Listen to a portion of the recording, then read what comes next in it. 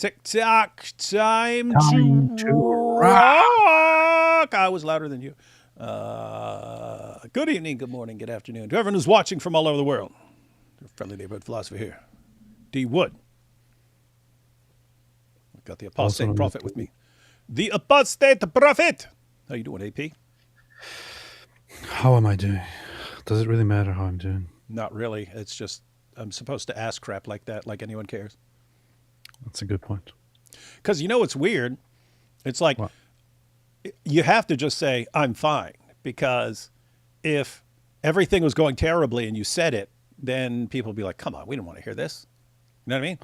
It's like I'm doing terrible. you have to just say fine. If you're actually fine, you have to say fine. But even if everything's going horribly wrong, you have to still say fine. Because other than that, you'd be like, no, look at all this, look all this stuff happens. Like, oh, why did I ask? No. I'm doing absolutely terrible. Good thing you asked. I was looking for you to talk about all the problems that I have. Let me start from the very beginning. D. Wood, you're on the wrong side. How dare you say that I'm on the wrong side of theology? I'm assuming why are she you just right? means the wrong side of the screen. Why are you on the right? What's wrong with you? How do I switch it? Good point. Got to give the people what they want, man. Good There we point. go. That better? Good point. Hey, AP, how's it going, man? Hey, man, what's up? Good. How are you? You heard of these Catholics who think they can take on the Protestant Orthodox Alliance? No, what did I call it back in the day? the, the Protestant Orthodox Brotherhood Alliance. Something like that. Hey, how's it going, everyone? What's up, everybody? What's Yo, up, guys, everybody? I was just telling I've been telling AP for a few weeks now. I only ever watched, it was either the first or the second Candace Owens show after Charlie Kirk was assassinated. So it was either the first or the second one I watched. I've only watched one. Other than that, I've seen like some clips here and there. But I've only watched one. And I was kind of thinking, well, do I want to really watch a bunch of this stuff and, ever respond to stuff? And it's like, well, she's what she's saying is so insane that maybe people are going to catch on and stop watching, and then like any responses would be kind of like pointless, right? Like, why am I going to start respond? We got Islam to deal with and things like that. Why do we want to focus on Candy? Oh, and maybe she'll just become irrelevant and so on. But nope, not happening. And now we see her at Catholics for Catholics, and she's speaking, and this Carrie Jean, no, Carrie Carrie. Do you know how that's pronounced? Is it it's spelled Prejean, but is it like Prejean? Is it some weird pronunciation? And then Boller at the end. What? Prejean is not my lover. She's just Carrie, a girl. Carrie Prejean. Dude, I, you got to come up with a song now. You just have to. You just came up with it, man. You just came up with your parody. I'm pretty sure that it's some French thing. It's actually Prejean or something, but people just say Prejean. So who cares? Weird, wild stuff. Wait, you said it's what? I think it's French. Well, if it's French, it could be anything. It could be there's no correspondence. I think it's Prejean, something like that. But she's an American, so it's just Prejean. Who cares? Weird stuff. Anyway, guys. So I'm still deciding whether to kind of binge watch all of Candace's, because if I watch people a while, like all their manipulation tactics and so on will start popping out. And learning a manipulation tactic is important for people, because if you learn from someone a manipulation tactic, well, guess what? Then you can spot it in the future. You can see it when someone else is using it and so on. So been thinking about that, and then it was seeing her at the Catholics for Catholics meeting, and I was like, well, let me see where she's at now when she's not talking about, not talking about some deranged conspiracy theory or something like that. But I figured We just watch it live. So I have not seen any of this. Only thing I did was I cut the Candace and the Carrie, and then there was music before. There was a music intro to each one of them, and I cut those out. So that's what I did. Have not seen any of this. So we're gonna check that out. We're gonna check that out. But here's the issue, guys. Here's the issue. We were just I was on a live stream earlier with Jai and Christmas Speakers Corner, and one of the questions at the beginning from someone in the chat was he was just saying, like, he finds it difficult not to just completely hate Muslims. And so we were talking about, how do you deal with that? Because guess what? There's some perfectly nice Muslims in the world and so on. And, so we're kind of talking about certain things. And I was pointing out, I always have a little bit of help, because whenever someone is annoying the crap out of me, it's always built into my head. I've done way worse. And therefore, okay, how angry can I actually get when I've done worse than a lot of people I would get annoyed at? So there's that. And then I pointed out that, you can actually view them as victims of the ideology, right? Like, they're programmed all their lives to believe in this, and programmed all their lives to that the greatest thing you can do is be like Muhammad. And so, someone's programmed just imagine, wait, what's an example here? Patty Hearst, right? Patty Hearst, I think she was the one who was kidnapped, but then she joined the group, and then she went like I don't know, robbed a bank or something like that. Anyway, but then they concluded that she had like Stockholm syndrome and so on. And so you think, okay, well, she had Stockholm syndrome, and doesn't mean that what you did is okay. It means, okay, someone else is partly responsible for what you're doing. And so I was pointing out that if you're really enraged at the way certain people are acting, then look to the source. And the source would be Muhammad and the Quran for a lot of evil, screwed up stuff in the world. So don't get mad at the people who, you can get mad at the people based on what they're doing and stuff, but direct it towards the source of the bad behavior and start going after Muhammad and the Quran. Was also pointed out that, I think Jai said this. It was either Chris or Jai. I think it was Jai. But Jai pointed out, he said, also, don't think that the people who are coming at you on X or something like that represent everyone. You get a skewed view. And I was thinking of that in terms of, like, everyone. It's lots of normal people. If they were on X and all this stuff, they'd be like, I'm getting out of this. I'm staying away from this nonsense. This is toxic, man. This is a toxic environment. But it's only a couple different kinds of people who will actually like stay with all that, stay through all that stuff. It's people who have certain, people who want to constantly be arguing and talking about the latest thing and flipping out over whatever they're supposed to be flipping out about that day. And anyway, the point is, those kinds of people are not representative of all people in the world. And so anyway, I was thinking of that in connection with the Catholic Church and so on, because we see people responding to Candace Owens, and that's kind of difficult because the moment you say anything, you get a bunch of insane fans coming after you.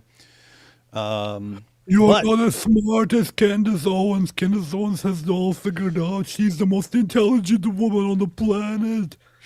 How could you say anything? She's the greatest person in the world. That's why she's going to be the next pope. Anyway, but I was thinking about it in that context, and I was thinking, suppose you don't know anything, and you're just like thinking about what the Catholic Church is, or what Catholicism is, or what Catholics are like, and you're basing it on X.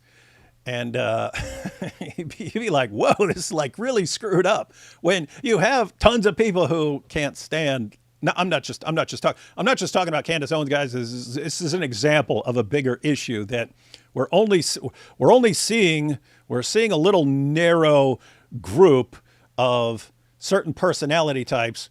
As far as no matter what the group is, you're seeing a certain kind of people and stuff. But if those are the only people you're seeing, you're getting a skewed view of things. Anyway.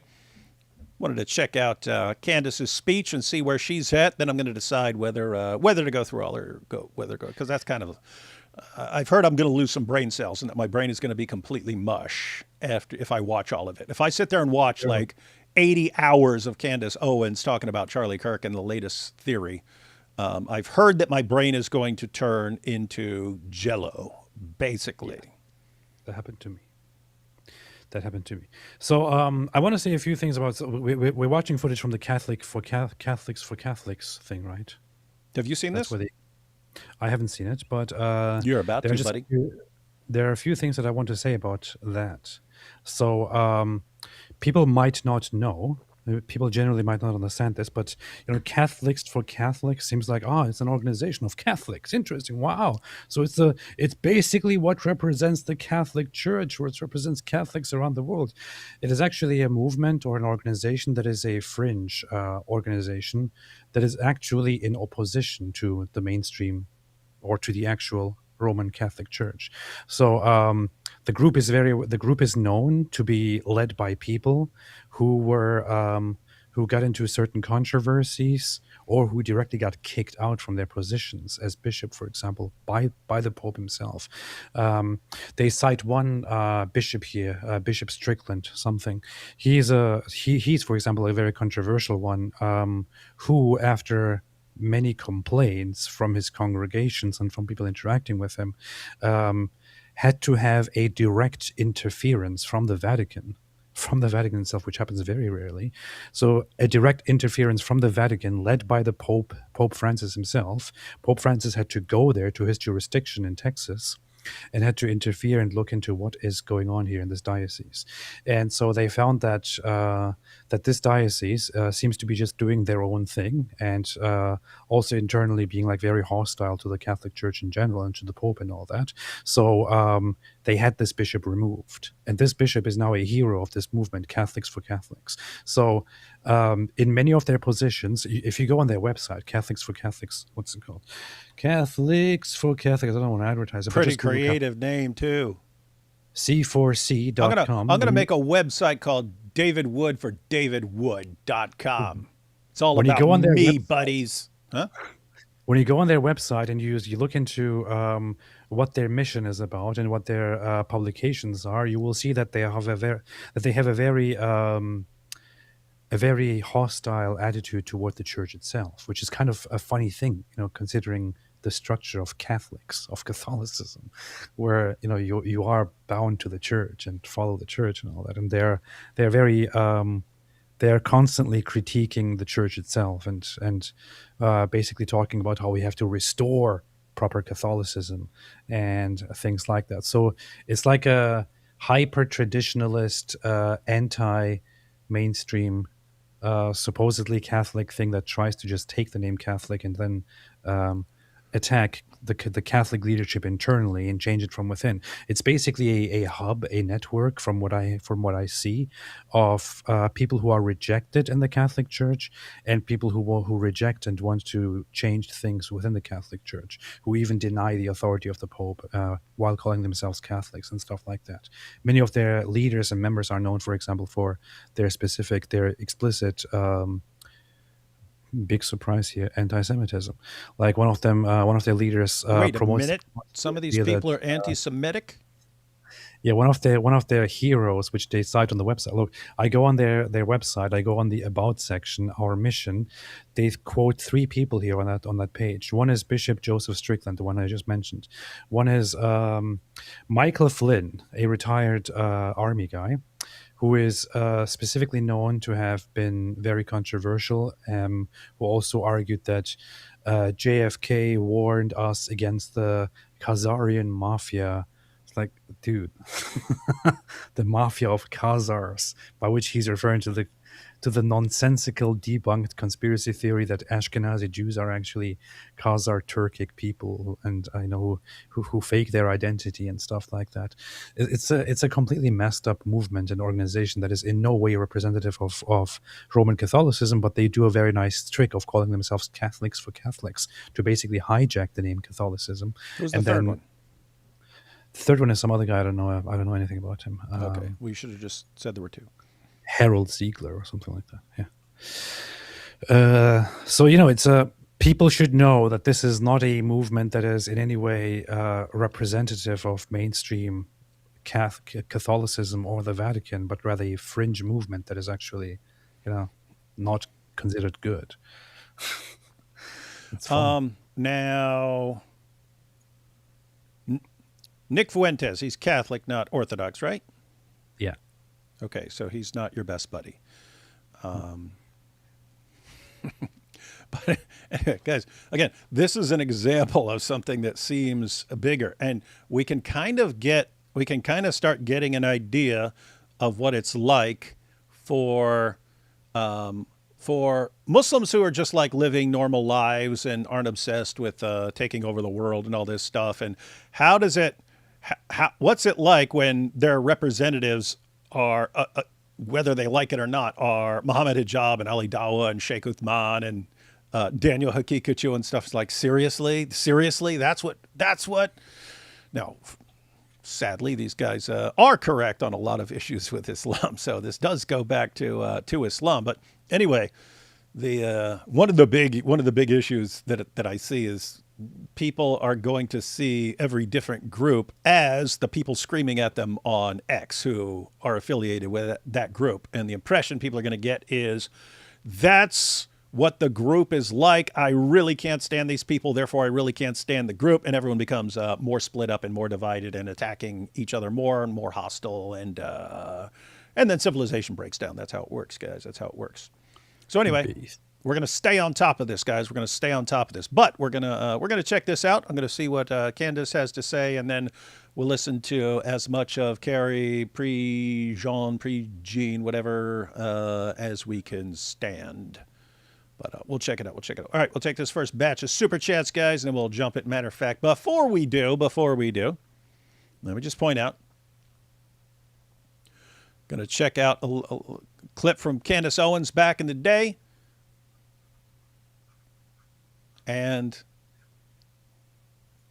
you can think to yourself, this is the woman that Catholics for Catholics wanted speaking.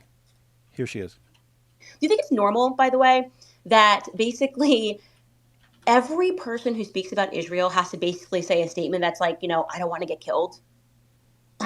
like literally, you start speaking about it, people are like, Candace, beef up your security. That's not fucking normal. Excuse my language, but that is not normal. I agree. Okay, it's not normal. Hey, P, you know what else is weird? Of all the people who constantly scream about Jews and Israel, how many of these guys are getting assassinated? I have a better question.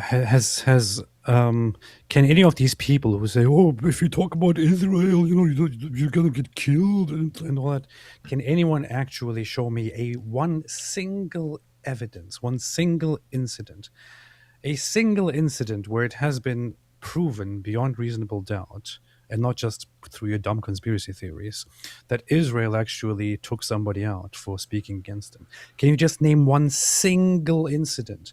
One single incident where it's not you making some dumb claims and then we have to dig through them and have a debate about it to analyze how dumb your conspiracy theories are. But one single incident where it actually has been demonstrated. Just one name, one single one. I can tell you the answer. There is not a single one here. And so you have to wonder, do they really believe it? Do they believe they're all on the verge of being assassinated at any moment? I mean, Nick Fuentes eventually got doxxed and people showed up to his house, but it was like leftists who were mad that he said something about women. And it's like, and then remember last year when Candace Owens, she went on this big thing. She was posting all this stuff saying that it's been verified by all these government organizations that there's this plot to assassinate her and it's been set in motion and why is no one protecting her and stuff? And it's all the end. And then she disappeared and turned out she went to Dollywood and was hanging out, taking pictures and stuff. Then she came back and just moved on. And like somehow all the assassins gave up this international conspiracy of assassins to assassinate Candace Owens, well-funded, and they were ready to do. All of a sudden it just disappeared. And it's just like, how serious are we supposed to take this stuff? Anyway. She's pointing out, that's not normal that every time you mention Israel, you have to say, I don't want to die. That people have to think about their security because, and by the way, but then the way that you get comfortable with it is you're like, well, they shot JFK in an open car. So So the way a complete idiot conspiracy lunatic would comfort herself if she thinks I'm about to die is to think, well, they got JFK and there was nothing they could do to stop it, so I'm just going to die. And here she is a couple years after this.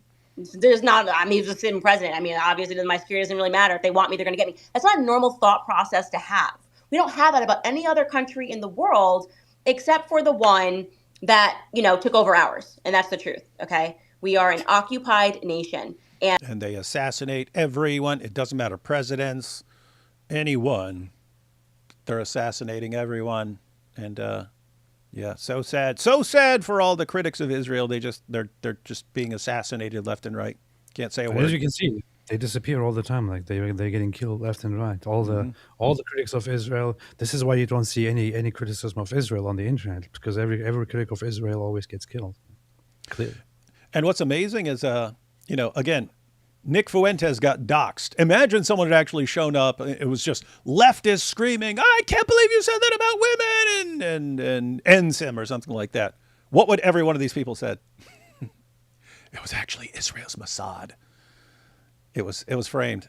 And if that had happened to Nick, guess what? That would be Candace Owens' next 75 episodes, as she tried to get to who really, really did that. Wild stuff. Here we go. A few more seconds. And if it's going to take women having to speak up and say that to make permission, to give permission to men to do the same, then I'm happy to be the first person. Okay. I just want to be clear. Anything happens to me, blame the Zionists. 1000% blame the Zionists. Let that be my parting word. I'm going to make one thing clear here. I want to make one thing clear here. I'm not somebody who would actually hurt himself. So if anything happens to me, everybody should know it was Candace Owens. It was definitely Candace Owens. Who else could it be? If something happens to me, it was definitely Candace Owens. It was most definitely her. She said my name on her podcast. She interacted with me before. She blocked me when I challenged her. It's clearly her.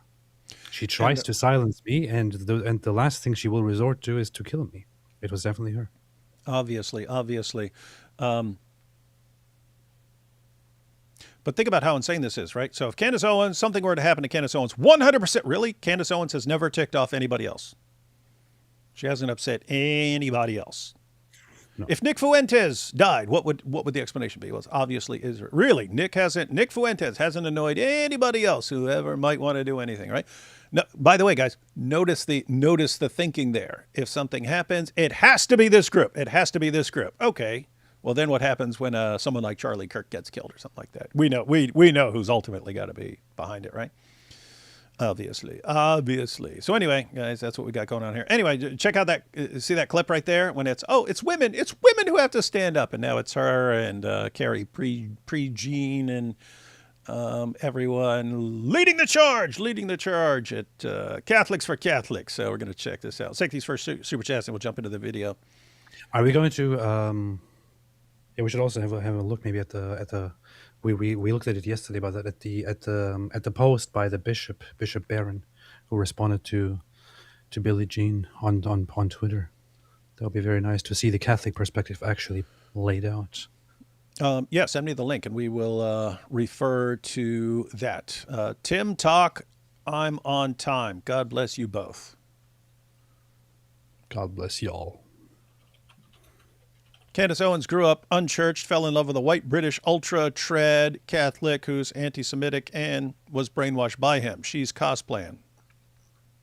I don't know enough about her dork husband. I do a little bit, but yeah, let's just leave it at that. What are the cat licking cat humans? What the heck is wrong with people, man? One of AP's fans showing up. Trying to cause a rift here. Carrie Prejean Boller was a hedonist who became an evangelical Christian, then became an ultra-trad Catholic in the worst way.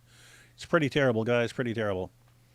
She converted to Catholicism 5 months ago, and she's acting like she's the Pope. Mm-hmm. She's acting like she can tell Catholics what Catholicism actually is. She actually starts arguing with a bishop himself, one of the most renowned, most respected bishops around, and tries to actually have a debate with him about what Catholicism is and how Catholicism should be. It's like,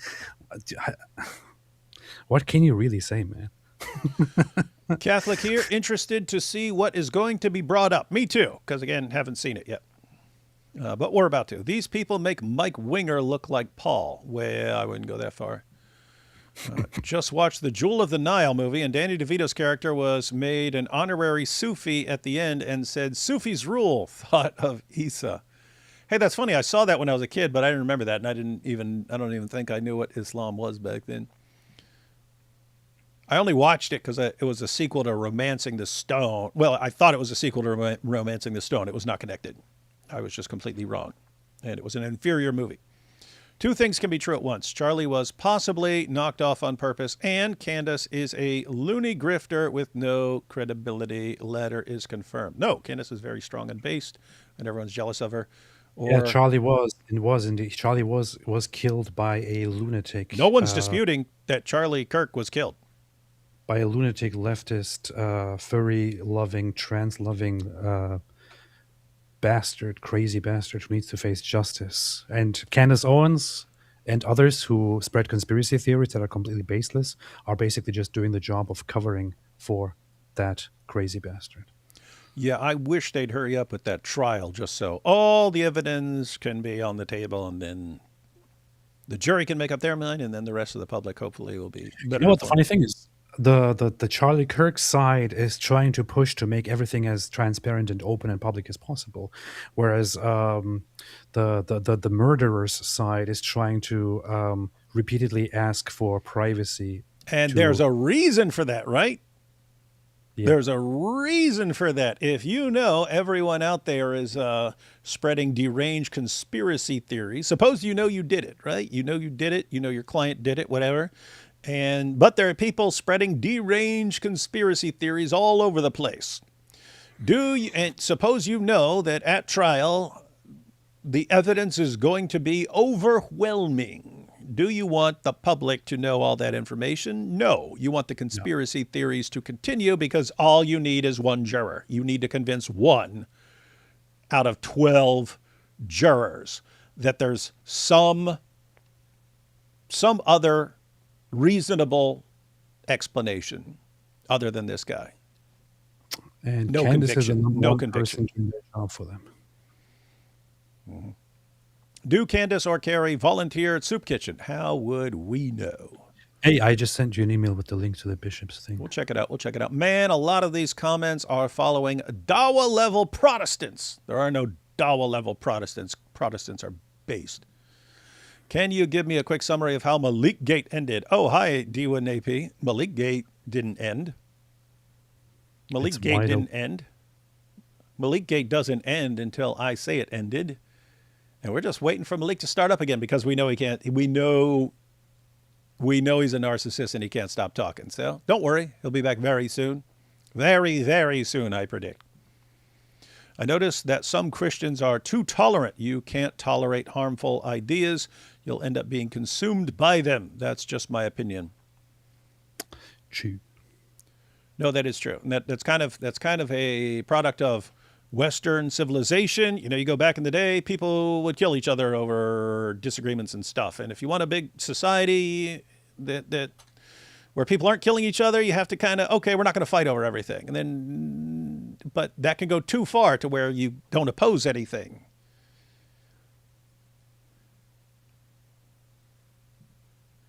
Owens and Boller are to Catholicism what Jim Baker, Jimmy Swaggart, Ted Haggerty, Peter Popoff, Kenneth Copeland, Jerry Falwell Jr. are to evangelicals. So you're saying they're super cool? Wanted to say this yesterday. What Netanyahu said about good versus evil was essentially the motivation and logic behind the Crusades. Don't be doormat Christians and let people walk all over you. Yeah, I mentioned the book that he was quoting. He's quoting a different passage, but in the same book, Durant uses the Islamic invasion of Europe and Charles Martel stopping him and so on as an example of exactly what he's saying. He's saying it's not the goodness or niceness or anything else that stops an invading army. It's someone actually making them stop. That's it. That's the only thing that works. He says that's the only thing history shows actually works in stopping people like that. And somehow that was, how dare you say that Genghis Khan would beat the crap out of Jesus? I find that in order to not hate Muslims, think about how they are not Mike Winger. That's a good idea. Think about how they are not Mike Winger and the love for humanity is restored. This is me saying sorry. Okay, that's a good point. Fair point. Fair point. No one ban Aussie Abe now. What? If everyone was more like Mike Winger, the world would be a better place. Come on, dude. Everyone, you notice how he had to put the sunglasses on to conceal the fact that he's just saying the stupidest thing he can and trying not to laugh. Strickland also condemned Roman Catholic moves to be more LGBT inclusive. They're right on a few points and wrong on others, like many movements are. We're going to find out, guys. Our view of the Catholic Church will be decided during this live stream based on the speeches of Candace Owens and Carrie Prejean, what's her face? Yes, deep dive on manipulation. Believers need this. I've been thinking for years, it's like, it needs to be fundamental, man. It needs to be fundamental that everyone needs to learn at least the main manipulation tactics, because you're being drowned in them. You're being drowned in them right now. Hey, Cameron Bertuzzi, Captain Christianity, what's up, man? I didn't see that. Hey, Cameron. Yeah. Is he here? Is he in the chat? He was here earlier, and he said something like, "Can somebody explain how Candace represents the Catholic Church?" Yeah, that's actually. Cameron, get used to it. Your new Pope, Candace Owens, is your leader. Get used to it. David is doing rage bait titles here for you, Cameron. I should put Cameron in the thumbnail after we're done. Like have him looking up dreamily at Candace Owens. I've been reliably told just today by a Catholic that Israel's aggression goes against just war doctrine, and that this demonstrates how Israel's war isn't compatible with Christian morals. You could lay out the criteria for what's considered a just war, and then you'd have to you would argue that it doesn't meet the requirements. You could do that. You would really have to things like proportionality and things like that. You would really have to argue that point strictly. I mean, I just read about that about just war theory very recently because I was preparing for a debate on the topic or something related. And I don't see how it would be incompatible unless you want to take the perspective that, according to the International Declaration of Human Rights and the modern progressives, their retaliations and preventations of things in Gaza are somehow genocidal and out of proportion. I don't see how it would go against it at all. It's nonsense. I mean, I'm open to having that discussion, but I wouldn't mind having that discussion either, kind of laying out the criteria and so on. I think what it would come down to is basically like what you're up against and what you're responding to. And you'd have to point out that if someone is like their entire civilization, if you can call it that, is hell-bent on destroying you, we'd have to think about it, go through the criteria, but it might be what you're allowed to do in response might increase. But yeah, we could go through that someday. Might be interesting. Darth Vader, D. Wood, you're on the wrong side. Join me and we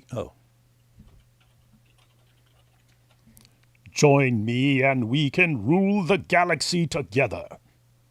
It works better with an empty cup. What? It's also kind of funny. Like just war theory is just a theory that is developed, by certain people. I'm not sure why we should take that as like a universal set of rules that are like, no, this is what we have to abide by. It's literally just. Yeah, but notice he was saying it wouldn't line up with like Christian just war theory. So it's just war theory is largely a product of Christianity. You have some others and stuff, but it was basically recognizing that there are times for war where it's like required, but here, as Christians, we're supposed to be loving even our enemies and stuff. And how do we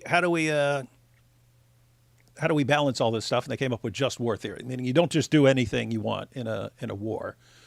I know, but that's what I mean. You have the laid out by St. Augustine and Aquinas and all that, and shaped in throughout the ages. But why would it be? Why is it considered like? Why do some people consider it like this is the rule? This is how we do things. This is binding, basically. It's No, again, I mean, it's a theory that rests on certain biblical things, right? But it is simply a theory that is developed based on biblical teachings. It's not really this is the rule and that's it. You are correct. So there would be two things there. It would be, is this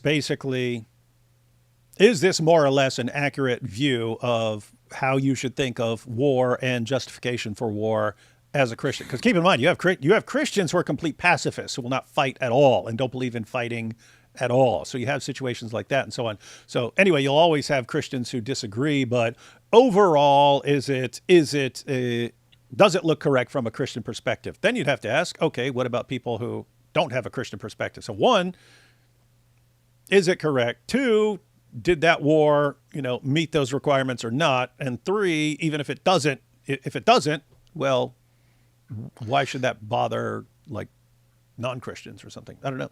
Yeah. Hey, check this out. So Apu Packer says, funny how ultra-Orthodox and hyper-trad Catholics both are anti-Semitic, but they both hate each other. I find that hilarious. Neither do works of mercy. Is that what you're saying? Yeah, is that why you're asking if they go to a soup kitchen? The use of the word ultra-Orthodox is very confusing here, but yeah, I guess I understand. I said it's not, dang it. I do want to make a distinction here, very, very clearly. I mean, it's kind of like, when you describe those as what did they say, ultra-Orthodox and something Catholics? I mean, it's when you describe them from the outside, you are referring to certain politically extreme people in the Catholic Church and in the Orthodox Church and all that. But I would just look at what you wrote and think of somebody who is extremely Orthodox or very Catholic as somebody who is very devout in the faith and somebody who's all about it. And those people are generally wonderful and don't fit the criteria and don't fit the description that you put there at all. I would say always good to take into consideration when you talk about these groups and these people that you're talking about a specific faction of those people or specific trends or specific, currents within those groups and not just about the very religious ones. We have David. What do you think of Junior quitting? Sucks. Everyone else had given up. Junior was the last man standing. He was going to be the Dai of the future. Now he's given up, and now there's nobody. So we have nothing left to do. Here we have Cameron saying, Capturing Catholicism is a new channel we just started. Well, why are you posting from Capturing Christianity and not from Capturing Catholicism? That's one question. Two, Catholicism has already been captured by Candace Owens. So I hope that's a Candace channel.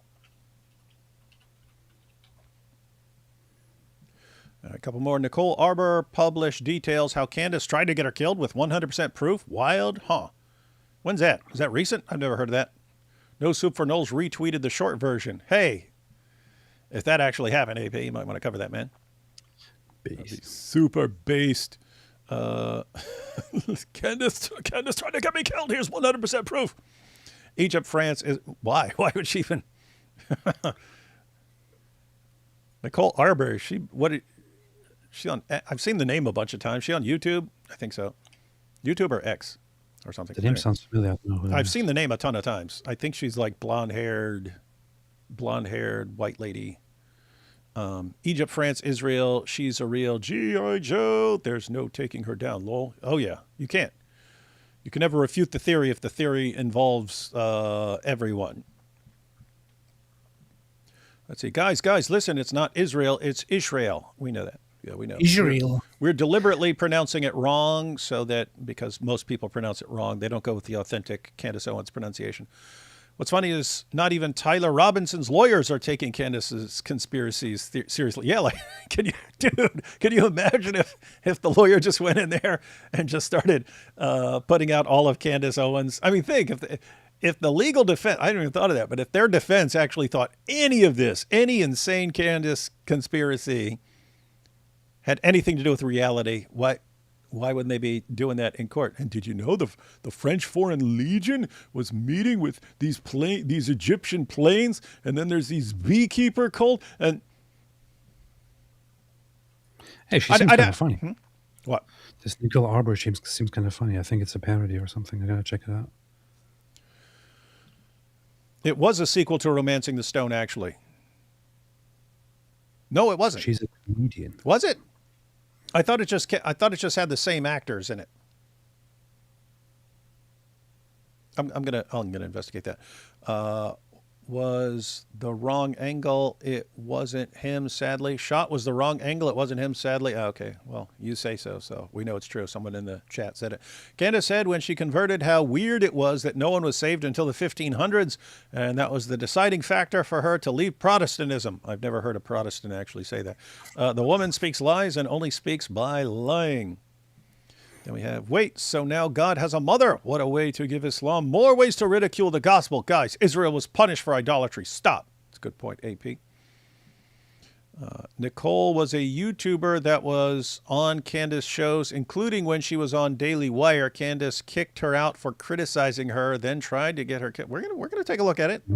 That's interesting if that happened.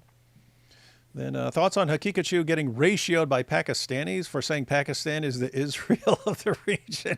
Oh, that would actually make sense because Daniel's a big Afghanistan fan, man.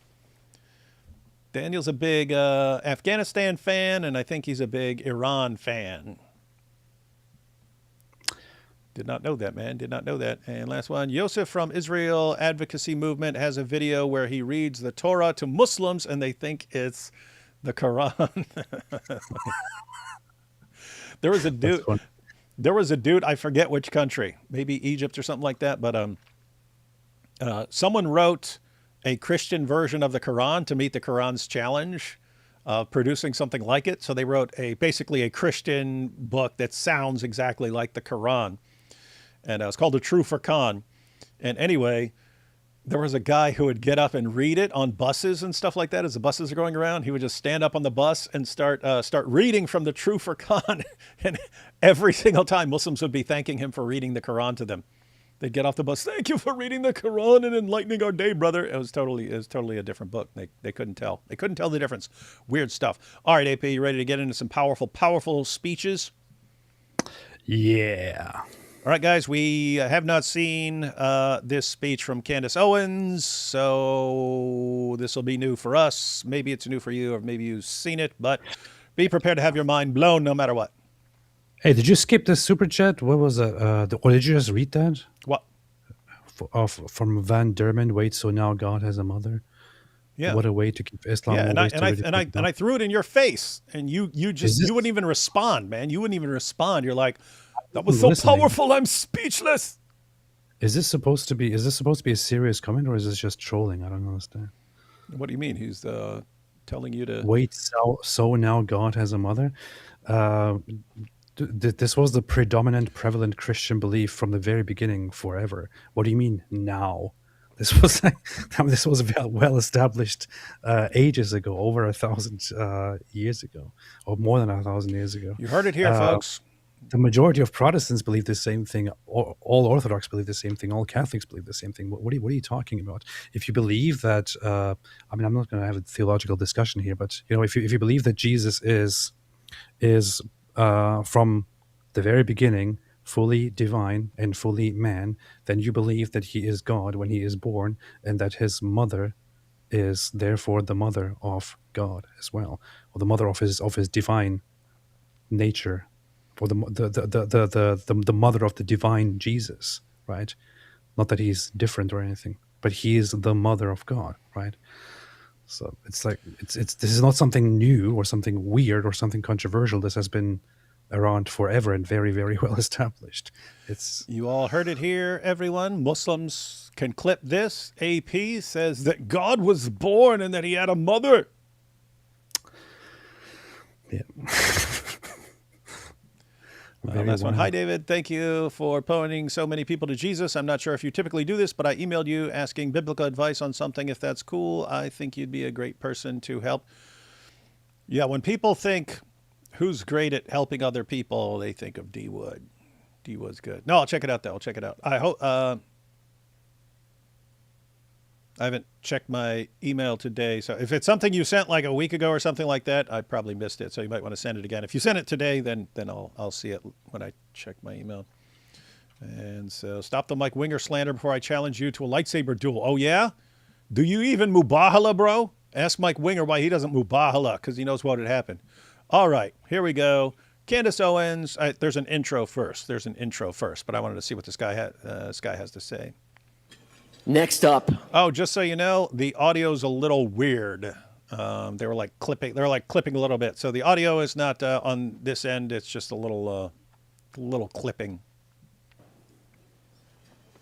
She is one of the most influential voices in America and host of the top-ranking show on the internet. She is the co-founder of Blexit, author of the New York Times bestseller Blackout and Making the Sandwich. She has produced and starred.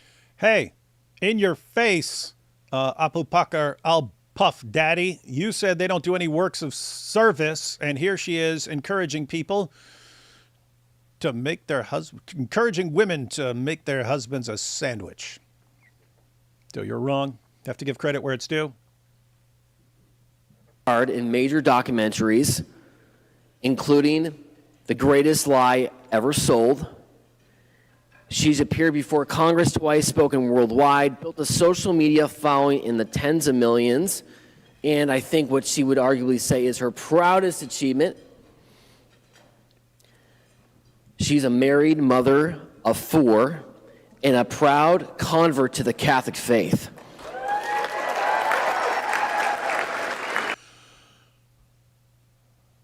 Oh, I wasn't sure which documentary that was, but that was the George Floyd documentary.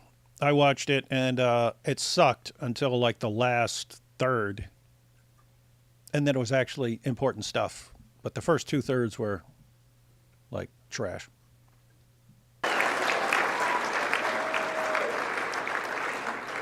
And if I'm not mistaken, just 3 days ago, she hit, once again, #1 as the largest, most followed podcaster in the entire world. Bravo! So you know she's right about anything. On a personal level, she is someone who I've had the privilege of calling not only her but her husband, George, a friend. And let me tell you something. If you ever have to go into battle, that couple is one you want in your trench. And I've experienced that firsthand these past few weeks. But I don't want... It's an honor for me. I don't want to be trafficked. I don't want to be, I don't want to get into any shady business. I don't want my kids to be trafficked. Why would I want them with me? Especially in such a risky situation, in such risky circumstances. I also don't want to walk around with people with a woman who doesn't understand how lightning and thunder are connected. She just recently found out that thunder is actually the sound that lightning makes. Her mind was blown by that. What kind of help would these people found out even that need? thunder is the sound of lightning, and right before that, it was she was tweeting, she was posting. No, I think she made a video, didn't she? But she was saying, "Guys, I looked at the temperature, and it's 31 degrees, and the ice is not melting. What is this? I've never seen this before. And then everyone responded, ice melts at 32 degrees. She clearly was confusing Celsius and Fahrenheit, and she thought 0 degrees is when, and this is at 31 degrees. How's this possible? But what was funny was everyone pointed out what an idiot she was, and she didn't know the temperature that where water freezes or water melts. And so they pointed it out. Yeah. And then when she responded, she's like, oh, well, as you know, that even though there's the overall temperature, it varies a little bit from place to place. And so it should be melting in some places where it's slightly warm. That's what I was saying. It's like, that was not what you were saying, you lying idiot. She clearly pointed out that the temperature is so and so, and there's still ice, and this is weird and all that. That's what she said. It's really weird, but it was like some the way she was putting it was like almost like it was some Jewish conspiracy to make to make the ice not melt. But this guy's like, this is the dorkiest thing I've heard, Mel. This is so cringe. Hi, everyone. I'm Pee Wee Herman. If you went to battle, and you have this couple with you, you would be very like, what is this? If Francis steals your bike, these are the people you want on your side to help you get it back out of the basement at the Alamo. Candace Owens. And if you don't believe she can have your back and get you out, just look at what she did for Andrew Tate. She helped him completely lie. It sounds like a little kid who is trying to sound cool and like talking about these tough things, you know? Yeah, and that's not cringe at all, guys. This is the no cringe zone. Check out my American flags. Like wings of an angel, that's what I am. P-E-E W-E-E Herman. And I encourage you to give a warm welcome to the one and only Candace Owens. So there's a big musical intro and like montage and stuff. I cut that out because I don't know what's up with the music. What? I think this guy is the CEO of the organization. Are you freaking serious, man? That dork is who you got as your CEO? I think this guy is John Yep, and he's the CEO of the organization. His name is Yep. Yeah, because he's like, what did Candace say? Yep. What did Carrie say? Yep. Yep. He's a Yep man. Oh, gosh. Pee Wee Yep. All right, so that's the intro. Now we've got Candace Owens about to blow the roof off this place.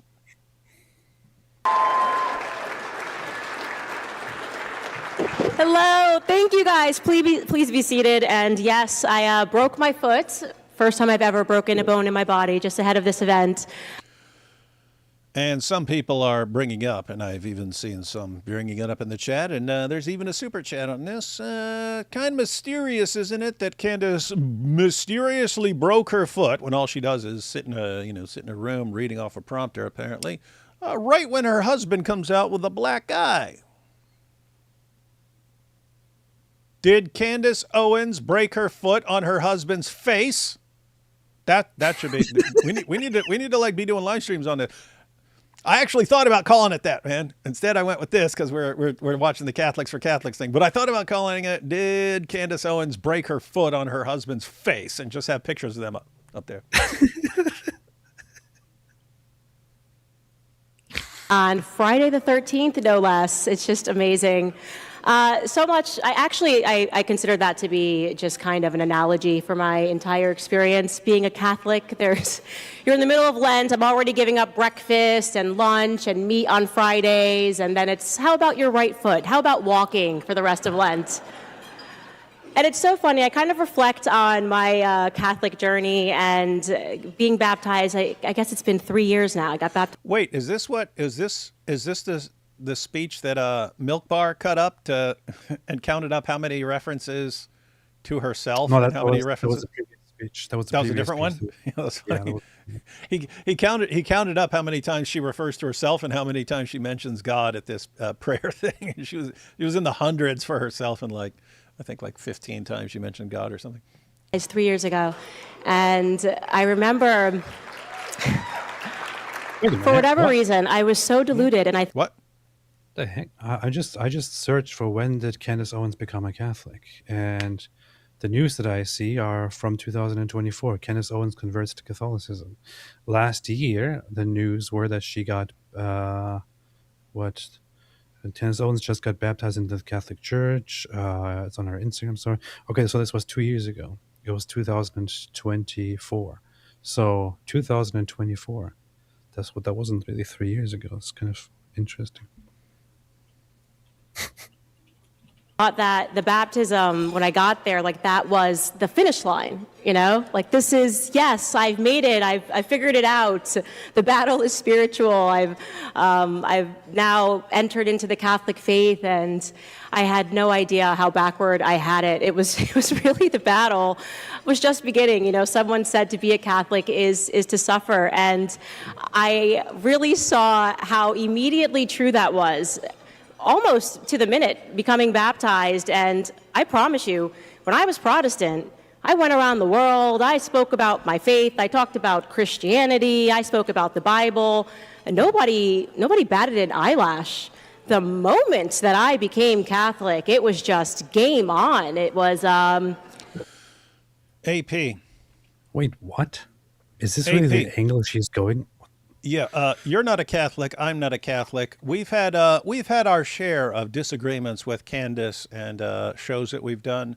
Have any of them ever been a complaint about her converting to Catholicism, or did she just seem to go off an insane deep end and stuff to where before you were like, okay, she sounds like she's off on this or that, but maybe right about this or that, but not enough to pay a ton of attention to. And then she all of a sudden goes into like deranged conspiracy nut job realm. Yeah. I don't remember. I mean, I don't know of a single instance or a single thing of people attacking her because of her Catholic faith or anything like that. I don't remember a single. She's saying that's why everyone's mad at her. I don't remember a single instance. I don't know of a single thing of people going after her because she's Catholic or anything like that. She just went crazy, which is why people started going after her. If that coincides with her conversion to Catholicism, maybe we should look at what else happened around that time. She started going crazy. She started going completely nuts. She started getting with that husband and adopting everything that he does and defending his best friends, including Andrew Tate, whose photos she had in her background the entire time. Nobody had any issue with this at all. I mean, why would anybody have an issue with this? It's ridiculous, man. And it's there's something very cringeworthy about this. Mm-hmm. Of how she goes into the room and it's like, oh yeah, as a Catholic, it's very difficult, walking around and Lent and this and that and that. This is so self-absorbed and self-centered and weird, man. It's like, if you want to become a proper Catholic, to my knowledge, she's not even confirmed yet, as I just recently learned, into the church. Well, neither are you. Yeah, well. Yeah, which is why I wouldn't go around being like, well, as an Orthodox Christian, let me tell you about my life. Hey, AP. Hey, you should do a show. Hey, you should make a video and say, when I was an atheist, no one ever had any problem with me. And for years, no one had a problem with me until I converted to Eastern Orthodox. And then everyone became mad at me. That'd be awesome.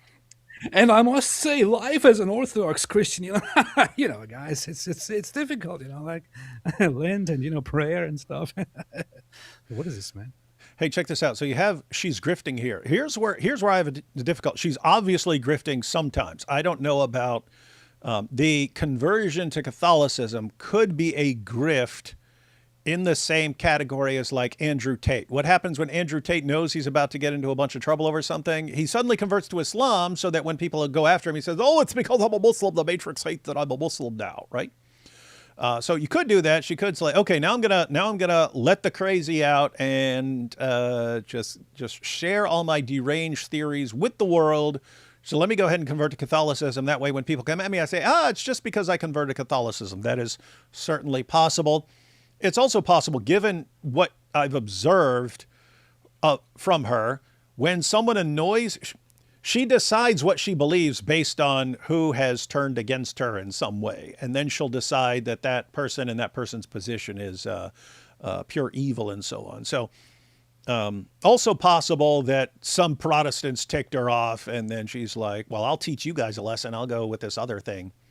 And it doesn't even have to be conscious with her, right? It's like, oh, you're criticizing me and you're siding with Ben Shapiro. So you know what? I'm done with you. I'm going to go over here.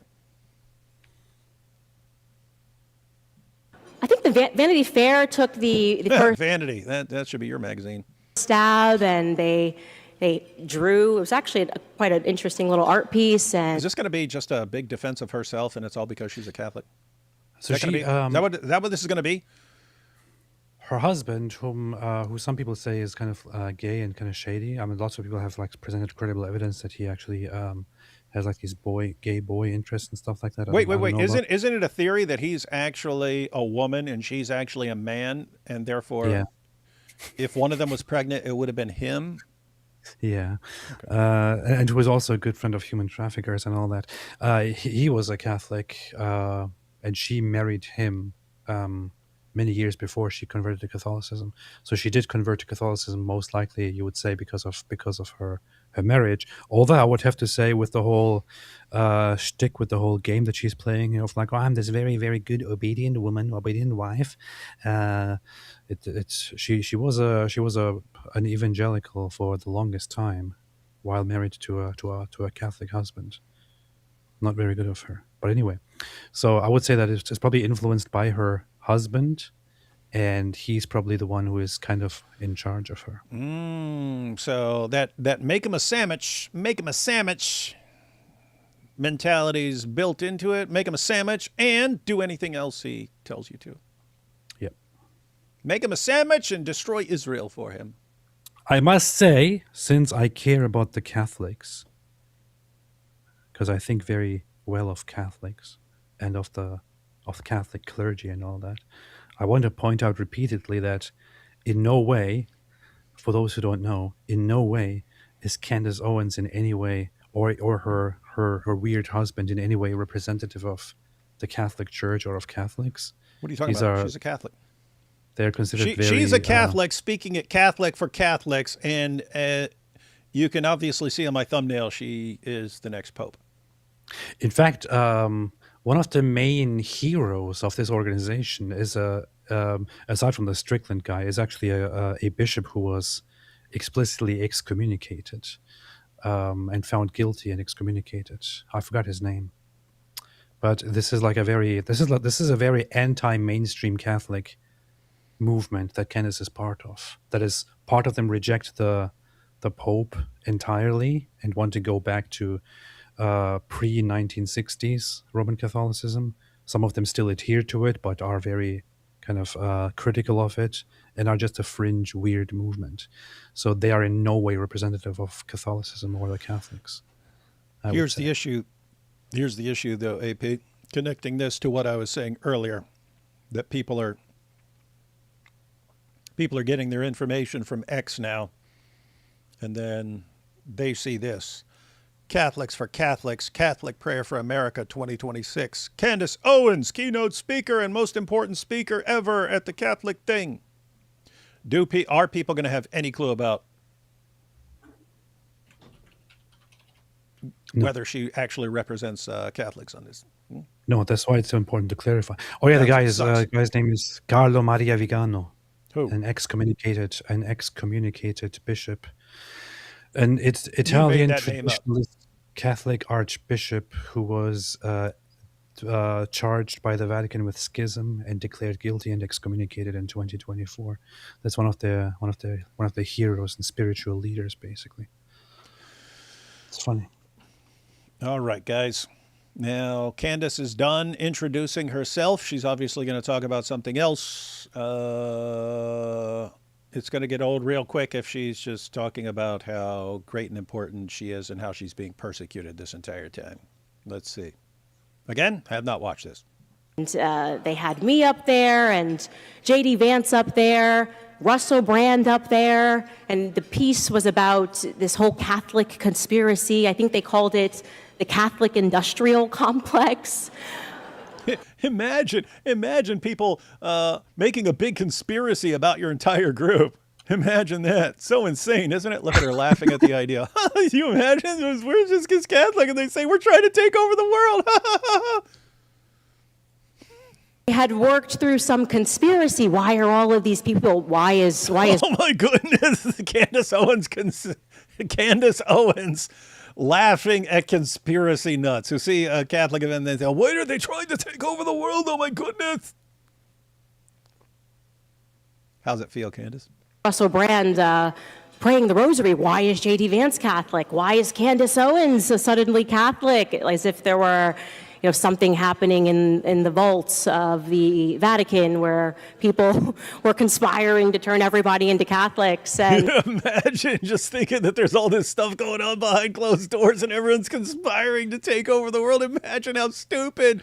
And they're also assassinating people. They're also assassinating the Catholics are assassinating everyone who says anything about them. Guys, me and AP just want to be clear right here.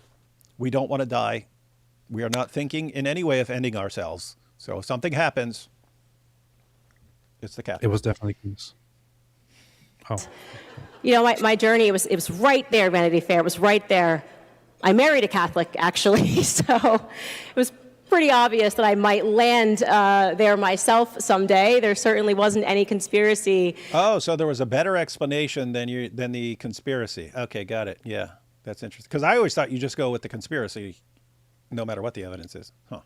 But it was amazing to see that. I didn't understand why it was, it created so much drama, why you couldn't be follow conspiracy theories? Why would they follow conspiracy theories? Why? Why? What are you, idiots? You idiots? Come on.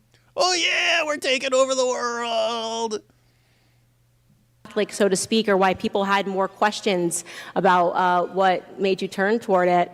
And my journey, I think, really is just kind of been lifelong in that way. I have always been a person on the pursuit of the truth, right?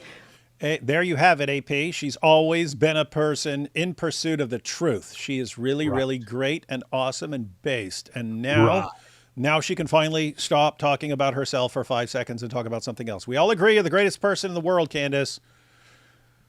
What next? I want to know what the truth is. From the time I was a toddler, my mother growing up to me would say, one day you're going to get a kid just like you. And I think she meant that as a threat, by the way, which isn't great. But I do know she would always remark that when I was a toddler, my father and her would have to sort of, when they would reprimand me, they would say something, and then they'd sort of close the bedroom door and laugh because I had to reason with them. I had to debate the idea to understand. She was born extremely reasonable and a total pursuer of truth. And you know that because she keeps telling you over and over again, she was just born completely logical, completely rational, completely reasonable, and always, always, always pursuing the truth. She is hang on. Wonderful. What? Hang on. What? Now I'm looking at the transcript of her speech here, and I'm searching the transcript for the word God, and there's only one instance of God in the entire speech, and that is toward the end where she says, "God bless you." Is this serious? Dude, are you freaking? Dude, hey, if that is the case, you need to message Milk Bar and say you need to do this. You need to do the same thing with this speech because everything is me in this Catholic Prayer for America 2026 gala. She mentions Jesus 3 times, and she mentions the word God once, and the rest of the speech is almost entirely just about herself. It looks like. Is this? Dude, I have to message. Dude, her speech is like what, 13, 14 minutes? So there's no way she's just going to talk about herself and praise herself for being the ultimate truth seeker this entire time. No way. She got to get on to something important. Let's see. Where they were coming from, sort of saying things to them like, Mommy, that doesn't really make sense. I don't really understand. That doesn't make sense. And I think my entire life I've been trying to make sense of things. That never really went away, that desire to understand how things work, how the world is working. And I think at a certain point, I really thought that I had sort of landed on truth when I engaged in politics. And you go, okay, now I'm sort of in the belly of everything, and I get this, and it's left versus right, and I have to go back and sort of understand the debates that were being had by the founding fathers, and you feel like you have such a grip on things, and you've really figured things out, and you're flying high. And then you wake up one day and you realize, no, there's something way bigger than this. It actually It's not about politics. You know, the expression that culture sits above politics. There is something that sits way above that, right? And what's happening in this world has always been spiritual. It has always been. I'm very serious and genuine when I say this. There are people that I really have a lot of huge problems with, that I really find completely messed up, but who I think are fantastic speakers. For example, Nick Fuentes. I think he's an absolutely despicable, horrible person, but he's a very good speaker, charismatic and all that, which is a bad thing, right? There are other people who I think have horrible, terrible ideas, but have like great qualities. With her, I just don't understand it. It's like this speech is like the most boring thing I've listened to in my life. She never says anything informative, never says anything insightful. I've listened to her many times. She never says anything informative. She had like 80 episodes about the assassination of Charlie Kirk, and just think about how much closer she's gotten everyone to the truth about what happened. She's not a good speaker. She's a good speaker. I don't understand. It just seems to me like the right-wing version of doing the whole DEI and token black person stuff, That's definitely connected to it, but she's a pretty good speaker as far as being able to blurt stuff out with not a lot of non-fluencies, ums and ahs and stuff like that. She can just keep going. As long as you're not paying attention to how stupid everything she is saying is, then and I pay attention to how stupid it is, which is why I can't, like, I'm just like, this is so dumb, and I can't listen to it anymore. So wait, hang on. You're not impressed by this, but you're impressed with, all right, guys, welcome to the latest episode with me, Nick Fuentes, and we're going to talk about the Jews. All right, what's up with these Jews here, everyone? You have to give it to the guy. It's not even a mild disagreement. The guy's absolutely horrible and has absolutely horrible views. But I can actually sit down and watch a clip of his, or watch a few minutes of his, and I'm actually genuinely laughing. That's the thing. He is hilarious. Candace is not funny. Nick is again, like, seriously messed up stuff, but he's legitimately hilarious. Yeah. Theological. And when I began to examine those things and realize, love America, 250 years, rah, rah, rah. But there's a lot of stuff that happened before those 250 years that you have to get your hands on, and to fully understand these things of the world, and to recognize that these debates that we are having, they're not new. They are not new. And wait, they're not? Huh. So I've approached it that way, and when I was baptized, the option was given to me to do my confirmation at the same time.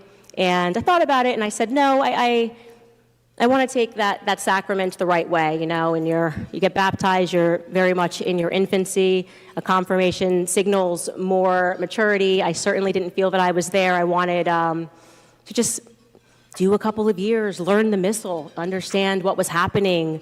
Why are the priests wearing those vestments? Why these colors? Not to feel like such a newbie, to ask. Why isn't the ice melting? Hey, why is that weird sound coming out of the sky after the lightning? And AP, I don't know what she was assigned. Did they actually say, Candace, we want you to speak at our Catholics for Catholics prayer for America 2026 gala?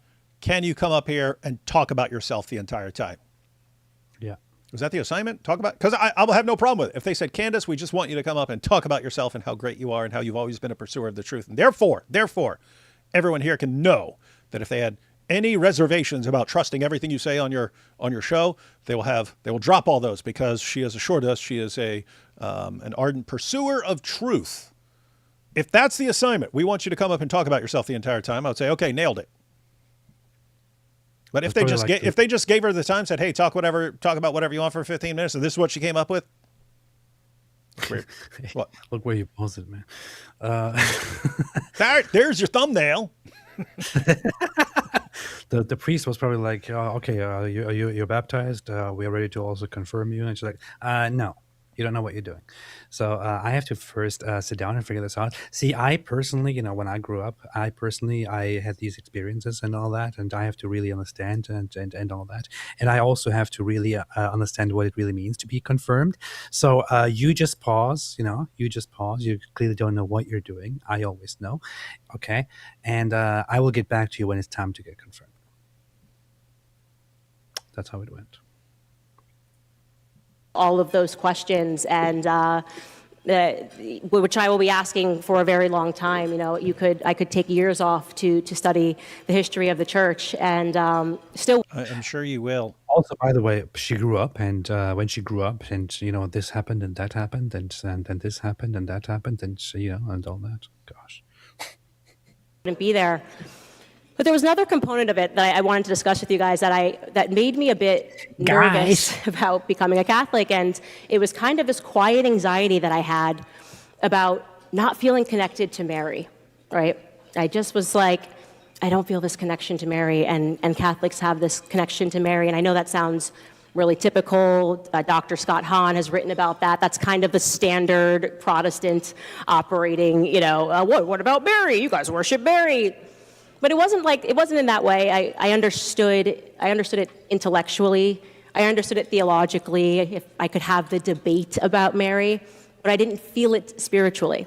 And when I would speak with other Catholics and Cameron, this is your defense. Hang on. Let's go through a couple super chats right here. So we get to Cameron, who finally posted from his channel, Capturing Catholicism. So guess what, Catholicism?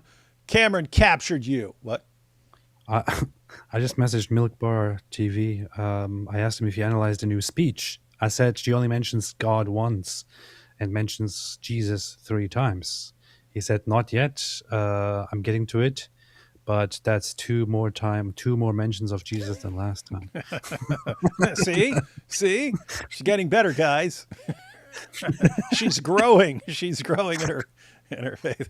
All right, hang on. Let's just check out Cameron's here. Hang on. So first we have this. Reconcile 2 Chronicles 35, 20-24, and 2 Kings 23, 28-29 for me. Why? Blowhard Jew meets the wrong Muslim on YouTube, goes over this topic and other contradictions. Please make video on this. There is no way I'm making a video on that. What do you got? The death of Josiah? What would the contradiction even be? One says he's shot with an arrow and then he went back and died, and the other says just killed him and left it there. So one's like what? Like a shortened version of the other? A condensed version? I don't know. I don't even know what you're talking about. But anyway, it's not my interest. I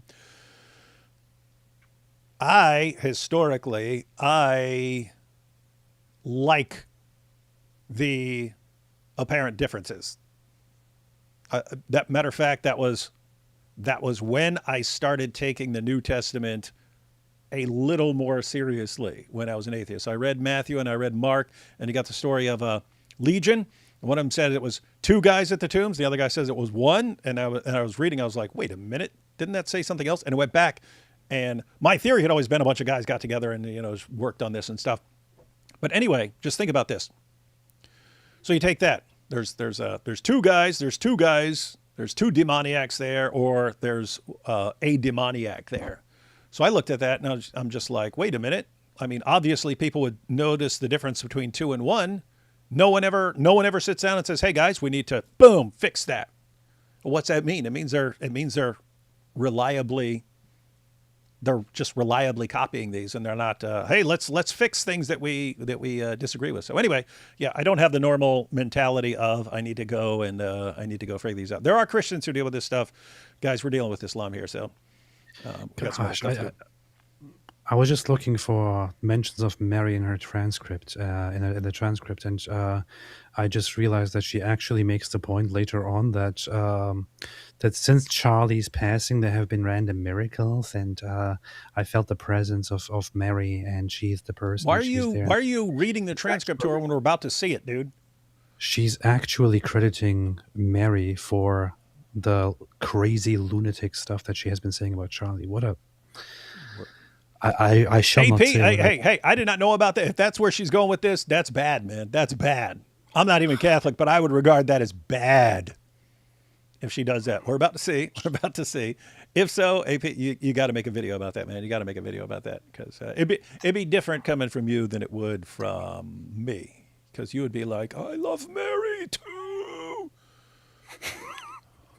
I talk to Mary all the time, and she did not say this to me, so Candace is lying. Something like that. Hey, anyway, trying to get down to this Cameron. In this, Candace had a broken leg and husband's black eye. That's what I'm saying, right? How did coincidence? Right when she gets her broken leg, her husband has a black eye. Come on, Candace, come on, you got to sell it. And yes, Mossad attacked us and they hit my husband's eye and they broke my leg. But fortunately, we stopped them thanks to the power of Andrew Tate. Here we go. Hey, David, I'm curious your actual thoughts on Catholicism. What are your objections? Also, what do you make of Fatima? Don't make anything of Fatima. And what are my objections? Your entire faith is based on the feelings of Candace Owens.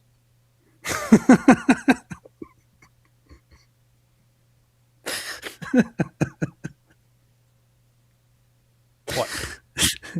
You just heard it. I'm just sitting here thinking about somebody who's not familiar and who will just take that seriously. And furthermore, look at this dork picture of you, man. I'm like, hey, look at the picture. Cameron's like, what is that, man? Cameron is based. Cameron Bertuzzi. Hey, start a 5th channel, man. And to hear their passion and they're speaking about Mary, I was like, man, I want that, you know? I really envy that. I want to have this closeness, but Dude, no joke, I can sit here and say, looking at the Bible, obviously Mary is special. I don't see some of the things you guys say about her, I don't see. We can have those disagreements. If she is actually going to use Mary to justify her insane, deranged conspiracy theories, I'll have a pretty big problem with that. Because that's sick. That's like sick and beyond evil, man. I don't feel it. I want to be, maybe I should be more intentional about that. And an interesting moment came at Mass when a woman approached me and she just handed me a book and it had a letter inside of it. And it was, I think it was entitled 33 Days to Glory. Everybody knows it. There we go. Still in my infancy. And yet you're here talking a lot. The letter that she wrote was so beautiful, and she said, you know, you read these prayers every single night, and you learn about the thoughts of various saints, and you time it so that it lands on a Marian feast. It's a Marian consecration, and she had written how this had sort of changed her life, and that I should do it. And I said, great, this is a perfect opportunity. This is what I had been looking for. I mean, my husband did it. It was fantastic. Every night we sat down and we did our prayers together. I mean, it was also, you know, the opportunity to speak through it and for me to ask these questions. More time with my husband. We got to day 33. And, you know, I don't know if I wasn't expecting like a magic carpet to come in and take me out of the room, but I went, I want to feel the thing. And I felt so not great about the fact, but I still didn't feel this connection. I guess the only way to give you the analogy of how I felt about it is I have 2 sisters, and we all had kids at the same time. Our first.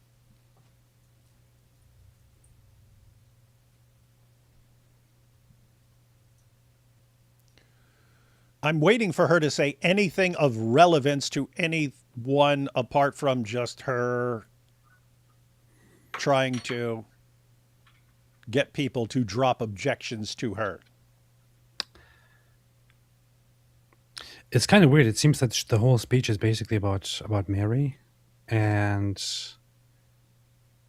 I don't really understand the necessity of the speech coming from her. I do. At a Catholic event at all. Here's what it seems like. It seems like the first half is, look at me, I'm so great. I've always been, I was just born pursuing the truth, and I always had to be shown the evidence for everything, and everyone, it would annoy everyone, but that's because they're losers, and I'm the winner, and blah, blah, blah. I'm so great, I'm so great, I'm so great, I'm so great. But I understand we got a lot of Catholics here, so y'all like Mary, right? Y'all like Mary? Guess what? Me and Mary are like this, and then talk about her and Mary the rest of the time. So no one can possibly object to anything. No Catholic can object to anything she's saying. And so if you object to Candace Owens, you got a problem with Mary. Didn't she say that a while back? Like you're going to hell if you are going against her or something like that? Yeah, she actually, to people objecting to her stuff, she actually did say that you're going to face justice in hell and all that. All right. Well, let's see. Let's see if she is the supreme representative She also said of Mary on this planet. She said that her podcast is God's platform. She said that it is God's work. She said that that she's speaking. I don't want to frame it the wrong way, but something very loony about how it is God telling Candace? her No way. these things. Then she said that she said two people objecting to her analysis that they're probably going to go to hell. It's messed up, man. She pulled a Muhammad with that one. At the same time, we all had boys, and about, I would say, 7 months after my little sister had her son, she told us, she had never expressed this to us, but she was like, he was a very colicky baby, just one of those babies that never stopped crying, screaming. So then when I was 7, my cousin came to visit after, hadn't seen my cousin in a while. And then, we had a sandwich one day, and I realized I really like sandwiches. And so anyway, how this ties to things now is, I made a book called Make Your Husband a Sandwich. And it's because, my cousin, we ate a sandwich together, and it's like. And she said, I feel like I can say it now, but I didn't have a connection to him. I just was like doing the thing for 7 months. And we were like, oh, you didn't like your own baby? You didn't feel the thing you're supposed to feel as a mother? You didn't have a connection to your own baby? You're his mother. And by the way, where's Johnny at? I felt this way when I told Johnny, I was like, I struggled a little bit with Mary in the beginning. He's like, oh, that's Jesus' mother, right? It was sort of this embedded shame of I'm supposed to feel the thing. I know everybody feels the thing, but I don't feel the thing. And again, I was in the infancy, so it was kind of a reversed analogy. And so we set that aside, and I kind of sort of resigned myself to the fact that, okay, this is. This speech can be titled, I didn't feel the thing, but now I feel the thing, apparently, is the big takeaway. And so what made her feel the thing? And you're saying it's going to have something to do with Charlie Kirk dying or something? Listen, there is a good, valuable way that somebody who, struggled with a certain aspect of the faith, of the community, could come and give a speech in order to relate to and also help other people who struggle with things and all that. Can be done in a nice way. I mean, I can think of I'm familiar with the concept, and the concept can be done in a very nice way. If there is somebody who actually has something substantial, something good to say in that direction, and you can be a guide to other people who also have similar struggles, to make it relatable and all that. It's a frequently done thing.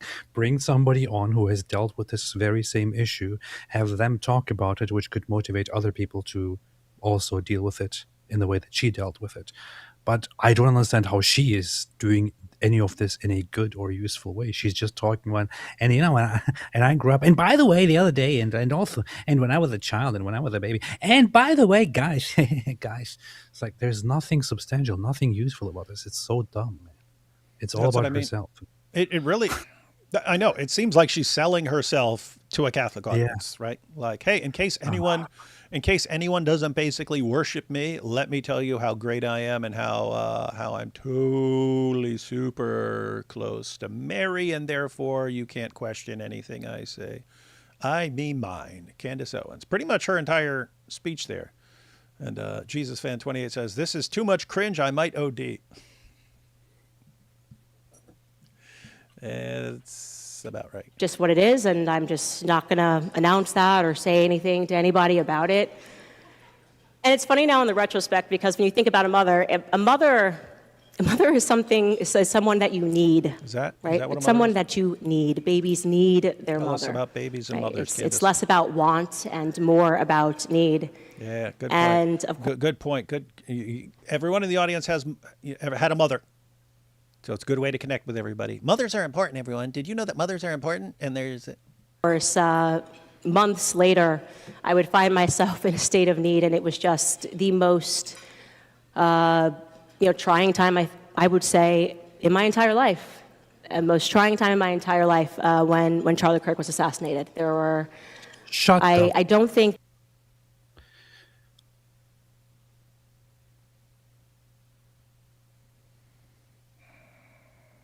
Shut up. Shut up, you absolute evil, sick demon. You absolutely evil, sick.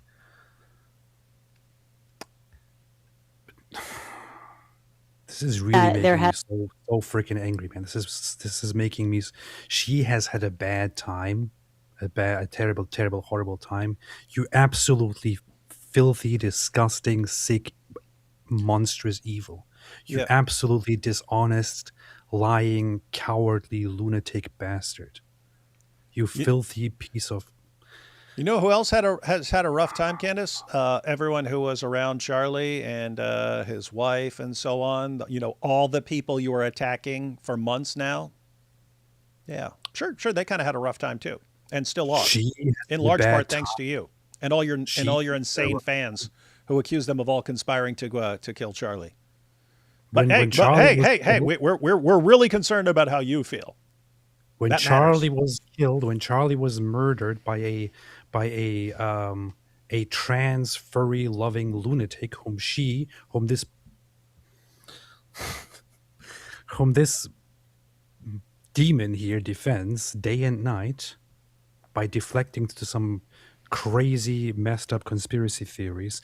When he was murdered, Candace didn't seem to be bothered at all. She was out there giving interviews. She was out there putting a smile on her face. She was out there being completely fine. Then she came out there. The first time that she actually made a video, made a show after the murdering of Charlie, who knew very well who to distance himself from this crazy lunatic. She made it all about herself.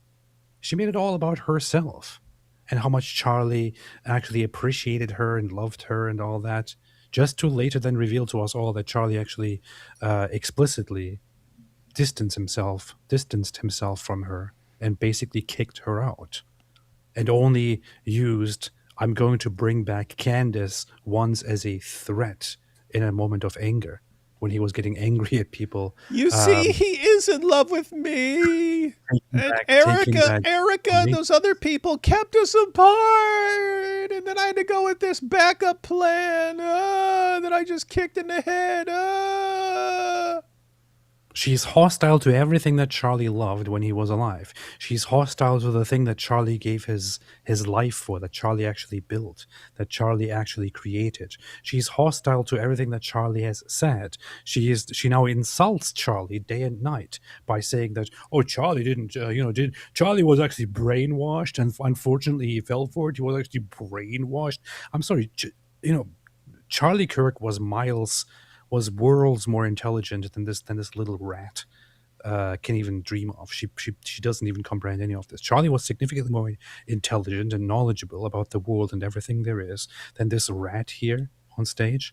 And she is busy day and night attacking and hating everything that Charlie loved, that Charlie considered important. And she is also day and night attacking the one person who really suffered and who is still suffering so deeply because of the murder of Charlie. Erica Kirk. She is day and night attacking her like the demon that she is, like the evil demon that she is. This evil, absolutely lying demon that she is, who instead of selling her body sells her whatever she has for the money and the fame. Tell us how you really think, AP. Come on, quit holding back. I could, but it's going to. But No, this is what I said earlier. She decides what's true and what's false based on whether she likes or dislikes you, and she likes or dislikes you based on whether you always give her what she wants. So the reason for her hostility towards Erica and everyone else at Turning Point and so on is she views all of them as the people who like kept Charlie from her. Like either Charlie chose them over her or they manipulated Charlie into going with them and not her, and therefore they are all the enemy. And guess what? When she goes and looks at the evidence for whatever happened, it's always going to be people she doesn't like whoever she didn't like. I mean, think. Andrew Tate bragged for years about what he was doing. She comes on there. Nope, this was all, this was so long ago. It wasn't. It was like 2 years earlier. But she couldn't, all her investigative skills, she couldn't find any evidence, even though anyone else, it took them 5 seconds to find all the evidence. She couldn't do it in her investigation. Why? Because she liked him and he was friends with her husband. So she decides everything. She decides your guilt or innocence. She decides what the facts are based on whether she likes you or not. And people are stupid. And I hope that there will never be a moment like that, where you question everything. You question everything. And those moments are sort of magnified when you're a public figure, because there is this, you're not really seen as a human being when you're a public figure. There's an avatar of you that's out there, and people think they know the avatar, and there was so much to process. I think the entire world obviously was impacted by it, and to know a person and to see a person lose their life when it is not expected in circumstances like that, you go through something that words fail. Words fail to describe. And I found myself truly almost broken by this. Yeah, Candace, imagine how everyone else who was close to Charlie, who's actually close to Charlie, felt. His wife, all his friends, all the people you've been attacking nonstop and accusing of conspiring to kill him. She seems to lack any ability to comprehend anyone else's feelings other than her own. And I'm a freaking diagnosed psychopath, and I can make myself think about other people's feelings more than she can. Those following weeks feel like a haze to me.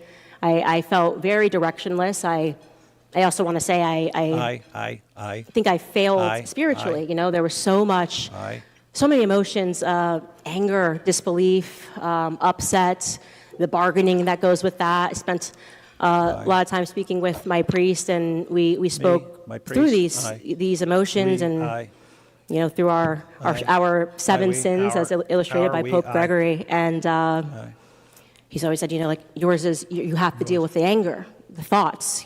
We say we sin in thought and in word and in deed.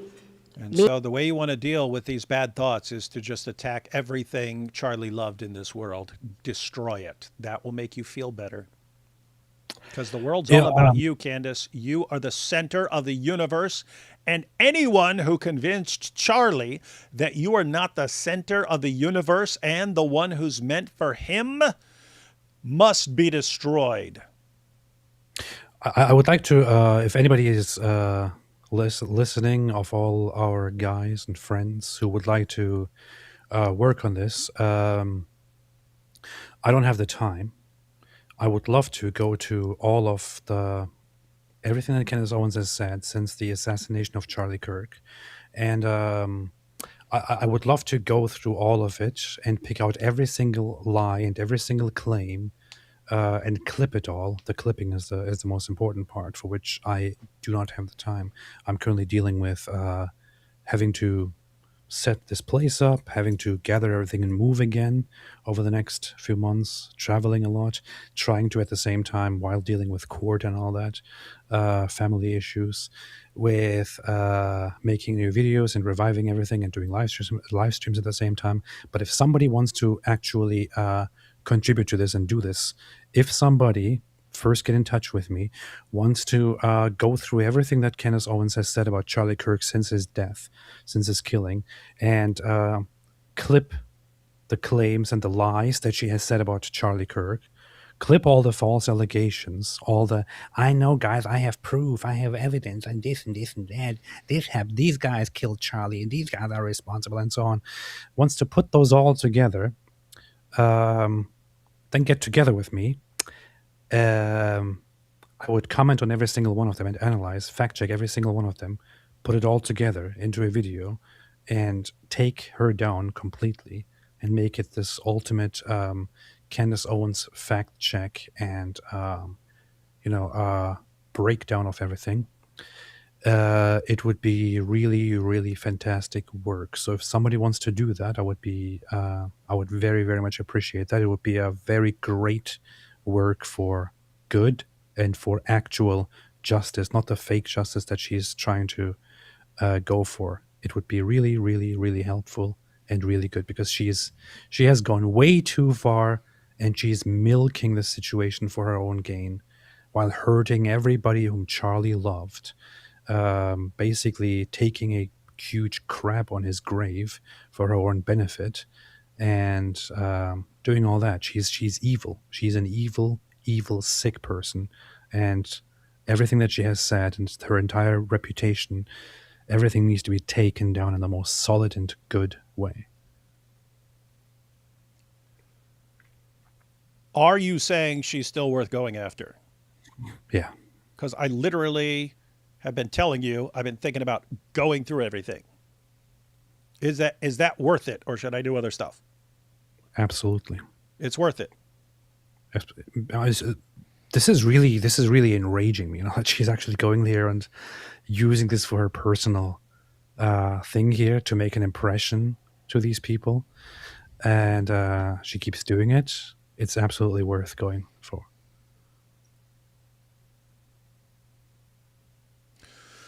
All right, I'm prepared to turn my brain into 100% pure grade A applesauce for the greater good. It will take me approximately 5 to 7 episodes of her show. I will say, okay, these are her 5 go-to manipulation tactics, and then watching all the rest of it will just be gathering all the confirmation for that's exactly what she does. And I wasn't even thinking about like all the lies and stuff, compiling the lies. But I guess if you got all the manipulation tactics and expose all the lies. All right, guys. All right. Check this out. The Jews broke her foot and the Jews gave her husband a black eye. I know. Mossad. In a war, I would pick David Wood over Candace. Mark my words, guys. I'll still be around after Candace, because I play the long game. I'm sure she has zero clue who I am. Just as once upon a time, Islam had no clue who I was. Israel slammed her heel into her husband's eye. I know. Broke leg on Friday the 13th. She admitted being Jason. Come on. Jason didn't break his leg. He broke other people's legs with a machete. Matt Booty, president of Xbox. Lol, bad name too. Someone's name is Matt Booty? I don't believe that. The black eye and broken foot have something to do with Mr. Farmer's sexuality. I don't know, but I know. I don't know, but I know. That is true. That is smart. Matt Walsh avoided in-person attendance due to a previous commitment that came up unexpectedly. I was going to be there, but something happened.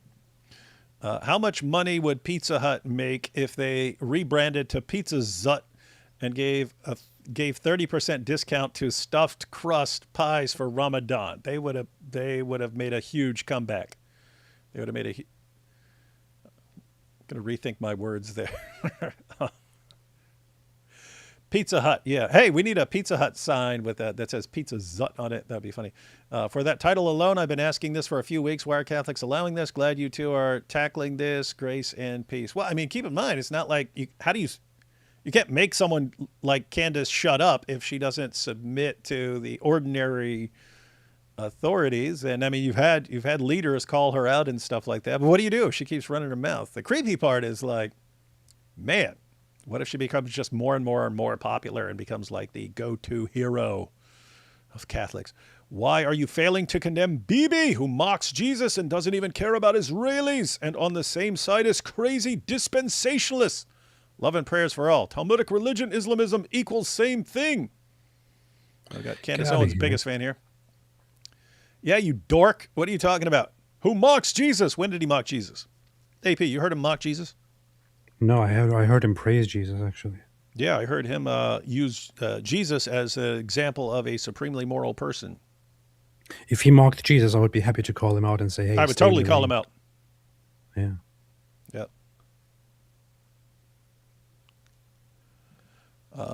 I'm an hour late to this live stream. I'll go back and watch the first hour tomorrow or something.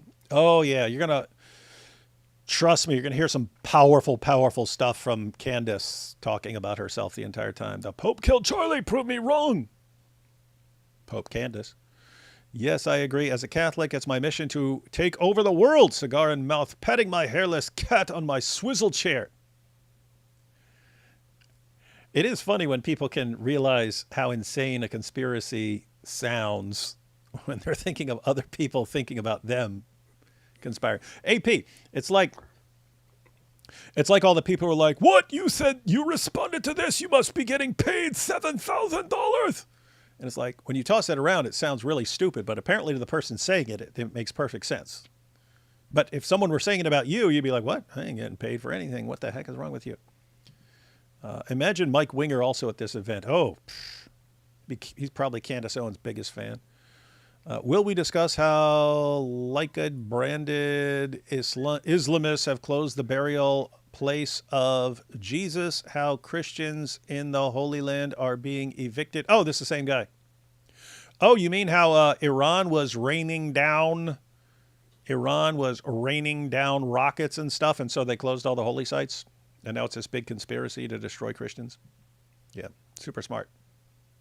Worth considering, if the Nigerian government were to say the persecution of Nigerian Christians is a conspiracy theory, how should we then respond to that?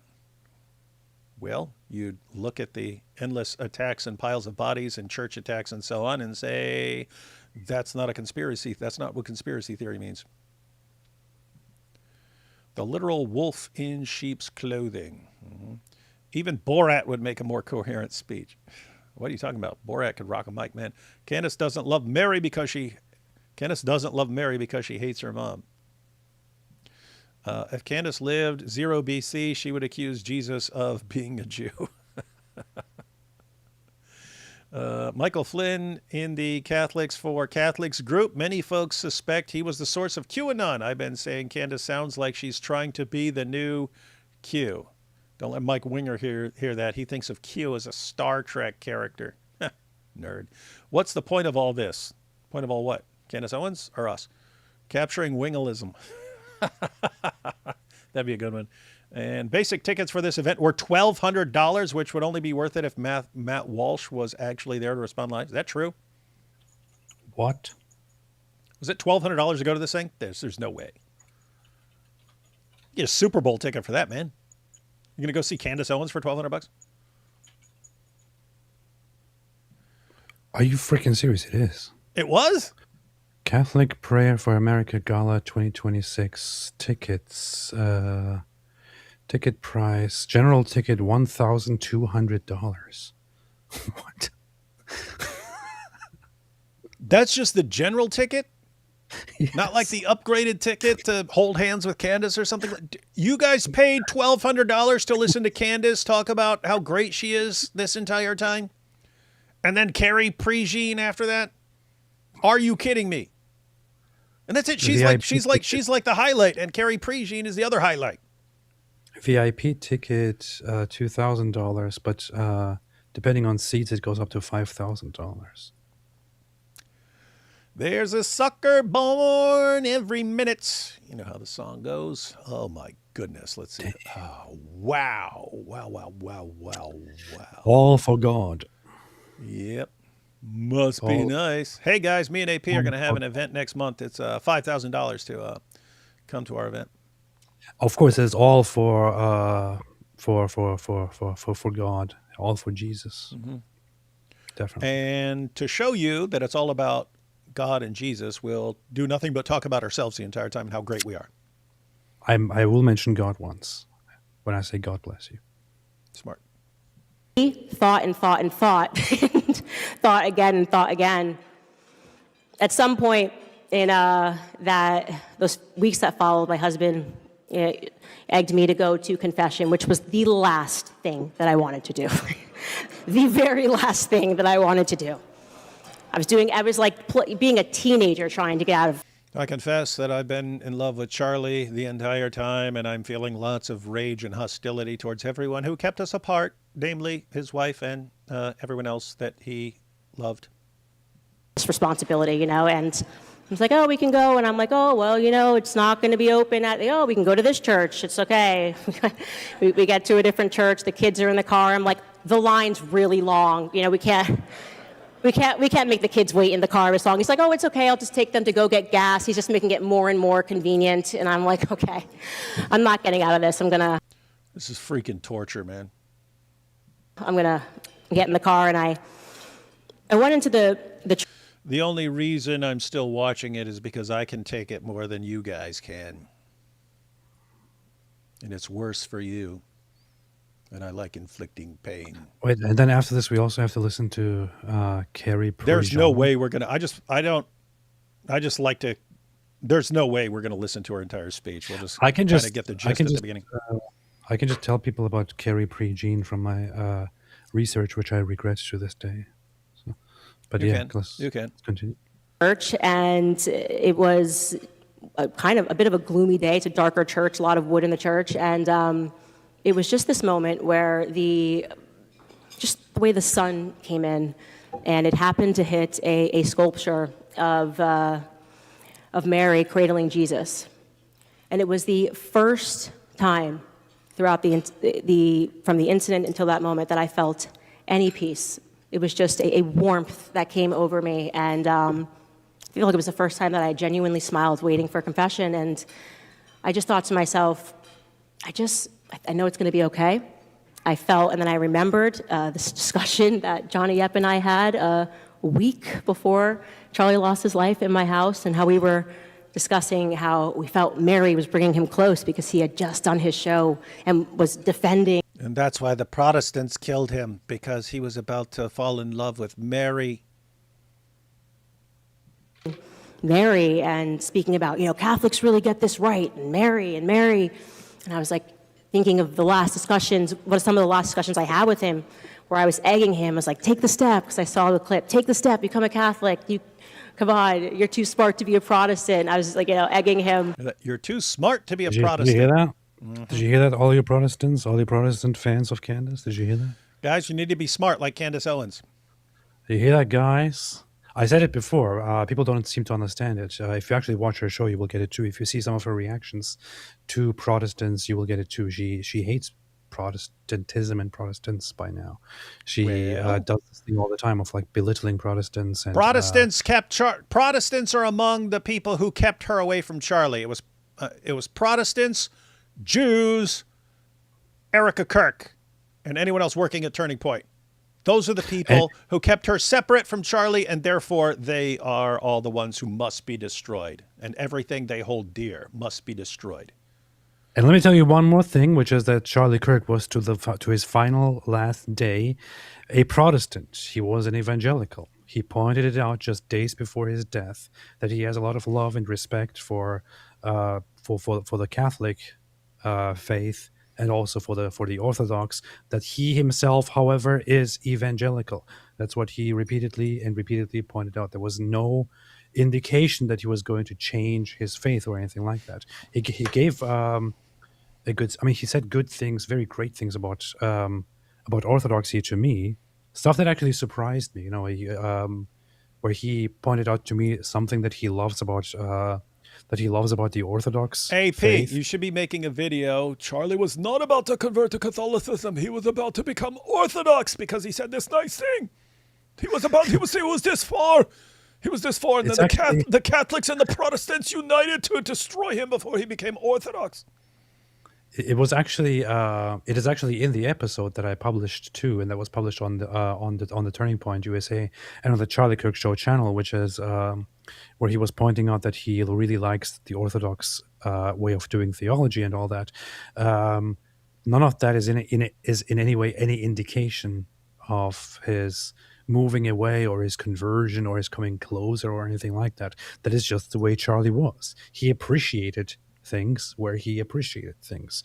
I know what she was talking about. He was talking about how Protestants should have more consideration for Mary, and that it can also lead to properly understanding the role of a woman and things like that. It was a very nice speech, but it's just twisting the way he was to kind of make it look like, oh, look, he was getting very close. He was getting very close. Look, very close. He wasn't getting very close. He was just the way he is. And if she's supposed to be an old friend of Charlie, right? She's supposed to know the way he was, the way he appreciates things, even if he doesn't fully agree with them and all that.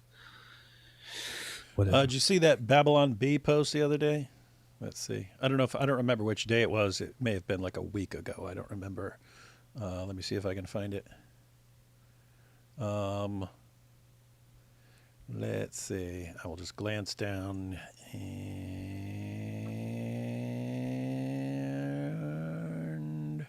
oh, here we go. Babylon Bee. Confirmed. In his final days, Charlie Kirk came to agree with whatever you believe. That's what people are doing. Did you know that just before his death, Charlie agreed with everything I believe? That was exactly what I said, actually. She loves some applause. And so I had this piece, and I was like, this is amazing. And then it became even more amazing. There was, you fast forward to the December, and it was the Feast of the Immaculate Conception.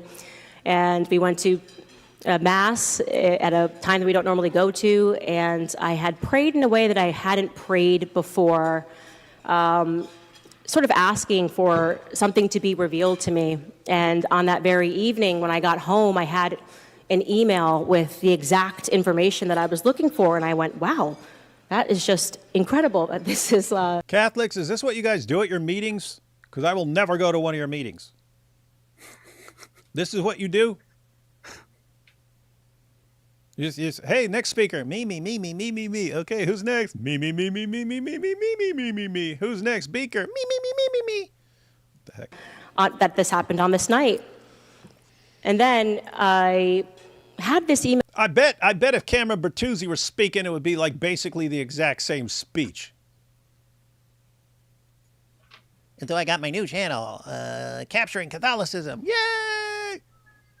That had come in. I get about 50,000 emails in this inbox, and I had this email that I sort of filed away that had come in from someone from Lamont, Illinois, where Charlie was from, and where Johnny Epp is from, in this little town. And it was just a really sweet email from a Catholic, who was impacted by the death. And I wrote her back, and Monica is here tonight. I know she is here tonight somewhere.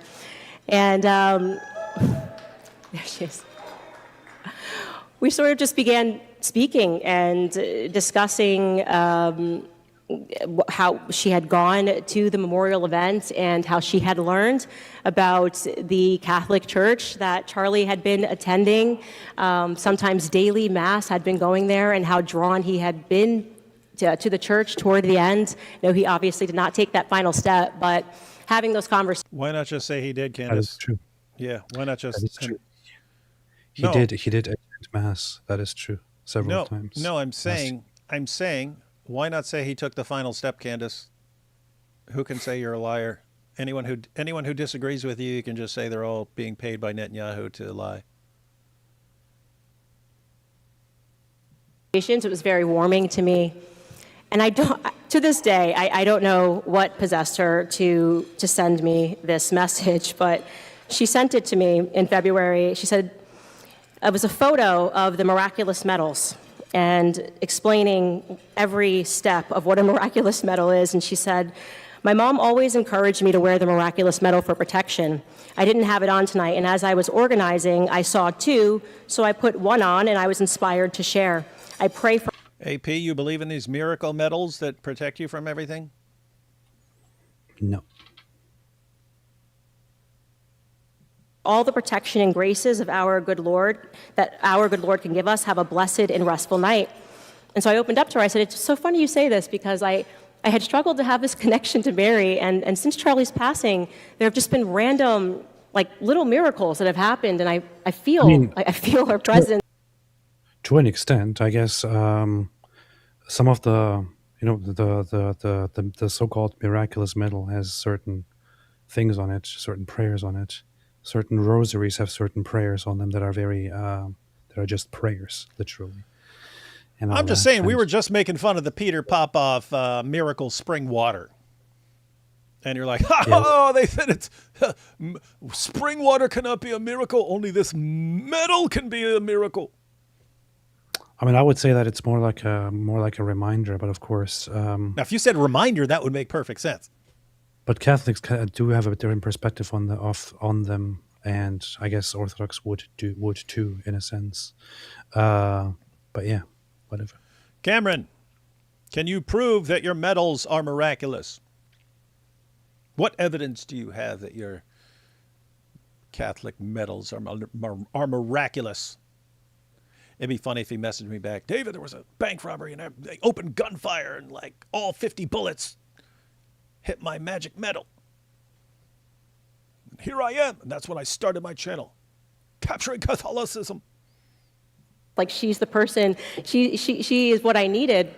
Anyway, she goes on and she says, a simple prayer that I like to say every day and envision is to ask Mary to wrap me and my kids and my family, all I'm praying for, under her mantle, just like we'd embrace and protect our kids. She does the same.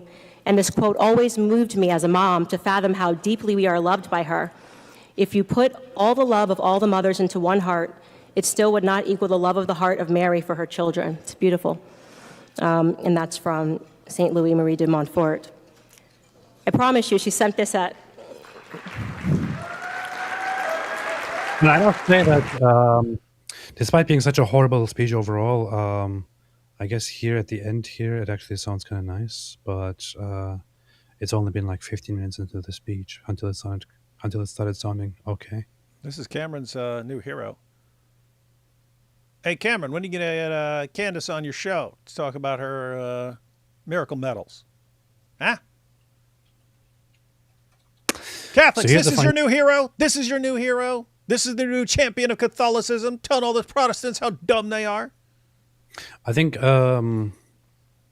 any Catholic who would like to correct me on this, I think the story with it is just that to some person, some holy person, Mary appears and says certain things and say, take this and tell all the people that if they wear this, then they shall be protected, or something like that.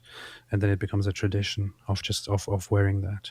And that's why it's called miraculous. That's basically something along the lines. That's basically what it is, like a miraculous occurrence. But here in this final minute or so that she's talking, she actually sounds like she's talking about something proper Catholic.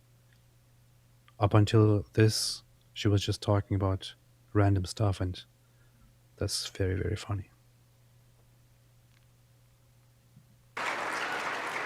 She sent this at about 9 o'clock my time, and I said, I'm going to go find, you're right, I should be wearing miraculous medals. Went to bed, woke up the next morning and I homeschool my kids, and I do a micro school of sorts. She's back to me. With the McHugh family. The two little girls. She just reminded us that she homeschools her kids. Those poor, Me. poor kids. They have to spend their time with her. No, wait, she actually has people watching the kids and teaching them and all that. So she's not really actually homeschooling them. I think she's just home remote schooling them or something like that. I think. I'm not entirely sure. I mean, we know that she doesn't. We know that she has a very poor understanding of kids. She was pointing out how this, and this one night apparently Erica said that on his last night, Charlie got up in the middle of the night to get a snack from the kitchen, and then he was getting back, and then their kid woke up, and why would they wake up? What really happened that night? I mean, they should be sleep trained toddlers. They wouldn't just wake up. I mean, she was saying that kind of dumb stuff, which gives me the impression that she is actually not involved in raising her own children at all. Who says this kind of nonsense? It's like something that you hear or learn and then say. Nobody actually would think a child would never wake up in the middle of the night upon hearing a sound, because children are sleep-trained toddlers, and it doesn't happen if they are sleep-trained toddlers. And I would have to be very, very quiet if I just open the room at night, because of the stress that my kid, my 3-year-old, will hear something and they'll be like, "Hi, Mom, Dad." But she's telling us this whole story of how toddlers are sleep trained, which is why they would never react to something at night, which sounds like she doesn't raise or is in any way involved in raising her own children. Dude, I don't know. Come on. You're sounding like completely crazy right now. Candace Owens is an expert on 3 things: thunder and lightning, water freezing, and child rearing. That's it. Can you imagine her homeschooling her kids and teaching them basic science? 5 and 2 got out of the car that following morning with miraculous medals that they had made, little toddler miraculous medals. They said, "We have a gift for you. We have a gift for you." And I said, "This is incredible." I mean, I was brought to tears over this toddlers holding a gift of miraculous medals, and I just went, okay, Mary has a way. Mary has a way.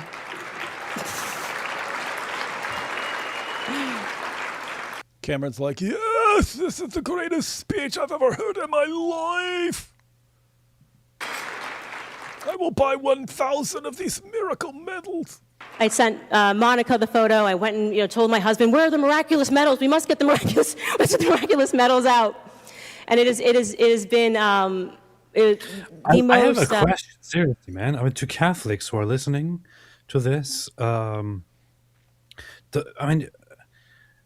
I know that there are lots of Catholic speakers, a lot of Catholic people, a lot of Catholic priests and others who do online, information and all that, to give speeches, and many of them sound really nice. I spent quite some time listening to some of them, and they were really, really good representations of Catholicism. Certain bishops who do speeches, who do podcasts and all that. Having certain people on to represent your faith and to speak to other Catholics is one thing, but then inviting Candace Owens and having her speak and making it sound like this weird cuckoo thing here.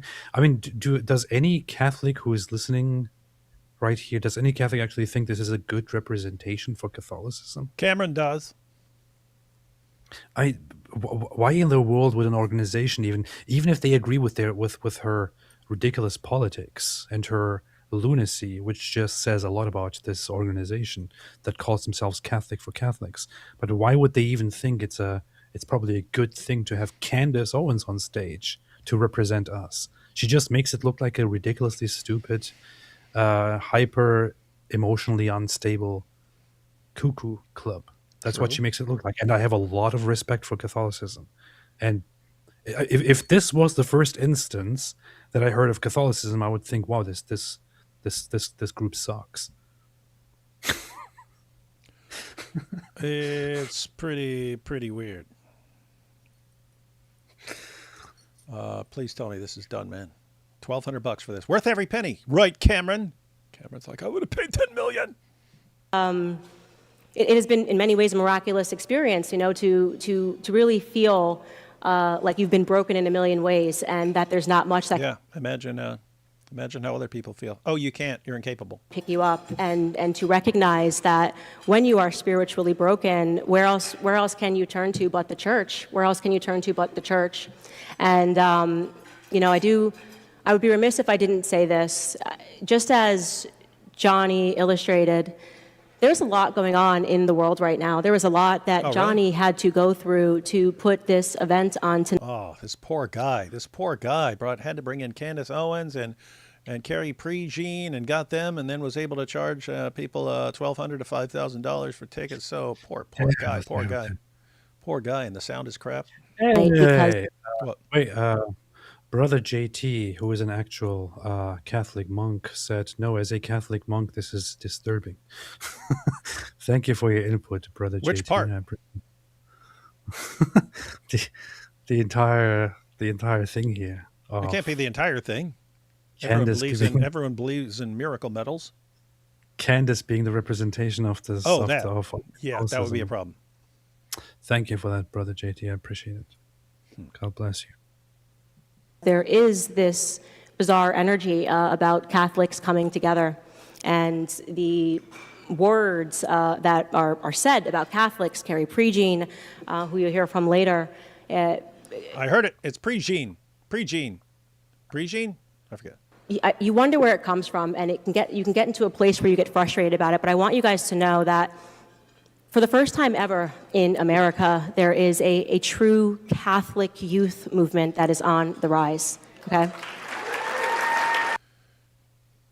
You mean the ones following Nick Fuentes? I would also applaud that, but if this is, I don't know. It's just, it's hard to think she means anything other than like people who are following the weird people, right? Yeah. Like if they weren't following them, I don't think she'd be like praising it. So I don't even, this is creepy. And your freaking speech, lady. And we should be encouraged by that. We should be encouraged by the struggle. We should be encouraged by the fight. If you are making a difference, it naturally brings you into a state of conflict. And I was really warmed by Bishop Strickland. He published an article, and I just want to read the first couple of sentences. He wrote, "In these days of great confusion, many faithful Catholics are feeling unsettled, some even shaken by the intensity of political pressure, public accusations, and the growing hostility toward those who simply hold the perennial teaching of the Catholic Church." Well, imagine what it feels like for people to be attacking your group and suspicious of your group and complaining about your group. Must be the worst thing in the world. Now go and do it to someone else all day long, Candace. This is a cult. This you just heard it. He just called Catholics a cult. You heard it, guys. This guy right here, that guy right there. This movement is a cult. You know what they do is basically, I mentioned two bishops that they go with, and this is just what they do. It's like they act as if they act as if they are speaking on behalf of Catholics universally, and then they even kind of try to claim the growth and the revival of Catholicism among the youth, but then they only ever revolve everything they say around a certain hand-picked number of bishops who are famously known to be very problematic and to have had direct odds and conflicts with the Vatican itself, with the Pope himself. They only gather around these very specific fringe people and only ever appeal to them and only ever use them. This is cult behavior. And then they try to act as if they are the representatives of the Catholic Church, which is just deceptive.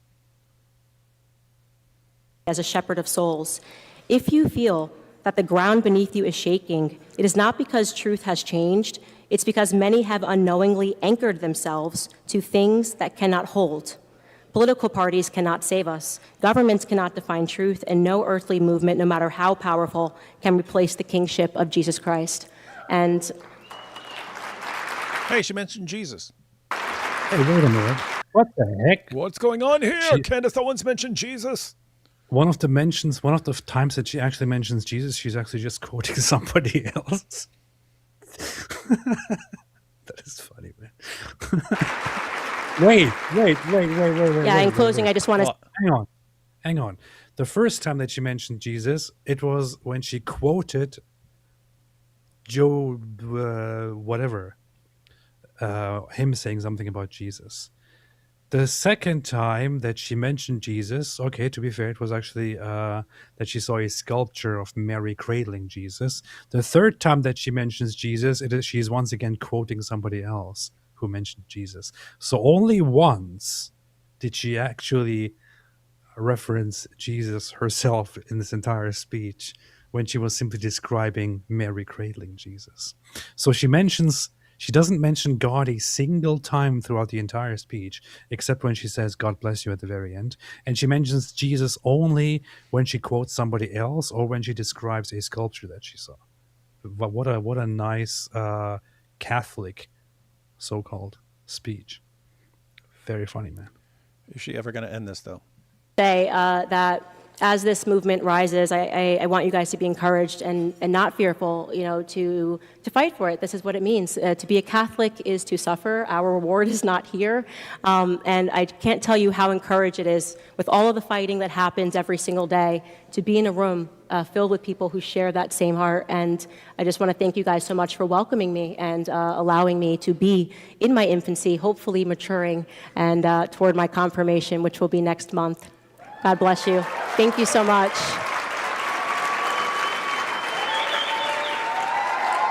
Wow.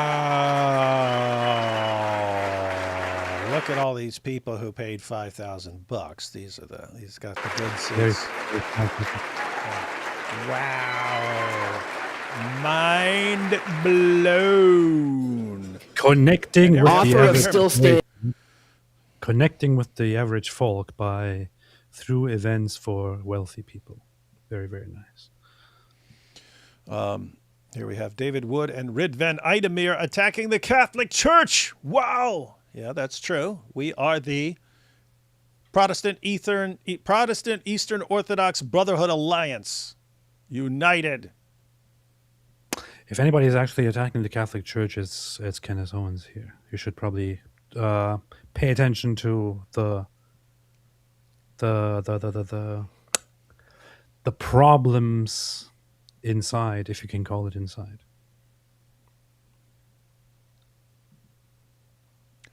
David, is your wife's Filipino side of the family not Catholic? No, her Filipino side of the family are Catholic. What's that got to do with me? Huh? What?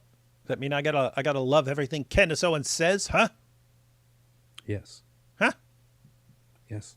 All right, then.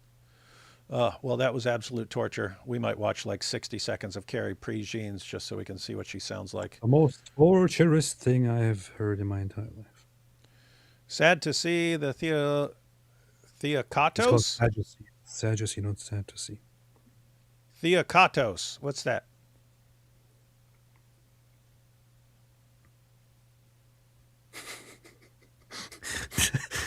Why are you dragging the dumb joke? Sad to see the Theotokos marked in the chat. To mock hyperdulia is to claim you know more than the first believers who seeked our mother's intercession. What are you talking about? D-Wood making us watch this is pure psychopath behavior. Yeah, what he's saying is that people saying something negative about Mary would be disrespecting the Christianity as it is and all that. That's what he's saying, basically. Candace couldn't feel the thing, but Mo could. That's very rude. That sort of joking may be normal down under, but we don't make zoot jokes up here. No maternal feeling, but fast wedding equals deep issues. Yeah, she got problems. Hey, D Wood and AP, it's my birthday today. I'm having a party. Can you tell my friends not to come too early or stay back too late or do small talk, and don't hit on my exes? I'm sorry, but I am shy. You may be shy, but D Wood and AP are not shy to tell the truth, and your friends need to show up exactly when you want them to and to leave without boring you, and definitely not hitting on any of your exes. So there, you have it. You all got it now. And for all those who don't understand the reference here, this is directly from the Quran. This is directly a Quran reference where Muhammad was having a party, basically, or having people over when he married his cousin, who was really hot, and he lusted after her when she was actually married to his adopted son. But he was like, hey, man, she's really hot. And so he got his son to divorce her, and then he married her. Then he was throwing a little party, which was just people coming over, but the people were staying too long and looking at his new hot wife. And he was wanting to tell them to leave, but he couldn't. So Muhammad came up with the brilliant idea, wait a minute, I can't really tell these guys because I'm kind of shy, but Allah is going to tell them they shouldn't stay too long when they come to visit me. So the Quran verse was revealed, chapter 33, verse 53. O you who have believed, do not enter the houses of the Prophet except when you are permitted for a meal, without awaiting its readiness. But when you are invited, then enter. And when you have eaten, disperse without seeking to remain for conversation. Indeed, that was troubling the Prophet, and he is shy of dismissing you. But Allah is not shy of the truth. And when you ask his wives for something, ask them from behind a veil that is purer for your hearts and their hearts. And it is not for you to harm the Messenger of Allah or to marry his wives after him ever. Indeed, that would be in the sight of Allah an enormity. What a ridiculous book. He said, ask his wives from behind the veil. And moreover, the Zut will ask him from behind. So the Quran is about the stupidest book that you can read in your life. Just so you know, everybody. It's pretty bad, guys. Pretty bad. Let's see. I don't know if you know. Well, we don't know, but we do know. Candace sells Shabbat Shalom Daddy Home shirts. That is a dig at Charlie's statement to his kids when he came home at Friday. Yeah, that was like completely insane. I did follow a little bit of that on X where she was saying that that Jews are trying to make it look like Charlie wrote a book about the Sabbath, and oh, what a coincidence, right after he dies, then his book about the Sabbath is coming out, and then there's all these clips of Charlie saying, my next book's going to be about the Sabbath because it's really important. To be clear, I agree, Candace is evil, and it wasn't Israel. Wait, what? She's selling shirts that say Daddy's home? And she says that is home Shabbat Shalom. She's literally profiting off her own mockery of Charlie Kirk. But she's the good one, guys. Hey, David and AP, been bringing and loving the Islamic Dilemma videos lately, but I have a quick question on faith. What would each of y'all consider right and wrong about Catholicism versus other denominations? Yes. Yeah. One, I don't know why anyone keeps asking me these questions. I've never studied this stuff. I've never studied. It's always, I mentioned this, I think yesterday or the day before. I became a Christian in a jail cell with a Bible. And so I just kind of rolled with that. I didn't consider myself a Protestant or anything else. I just considered myself a Christian. I believed that Jesus died on the cross and rose from the dead and that he's Lord and so on. So anyway, for a while, I'm just reading the Bible. And then later on, people are like, no, you got to do this. And it's always like, well, why? And I don't know. I've never seen a compelling reason. With that said, I've never been terribly interested, right? Like if someone comes along, here's all this stuff here's all this additional stuff. Like, okay, well, come give me an awesome reason, and then I'll get interested in the stuff. But I've never gotten terribly interested. So that's what I mean. It's like when people are like, David, you're so great with Islam. Now talk about Hinduism. Like, why would you think I have any clue what I'm talking about on Hinduism? Like, why would you think that that I should be talking about that? Just give me a reason.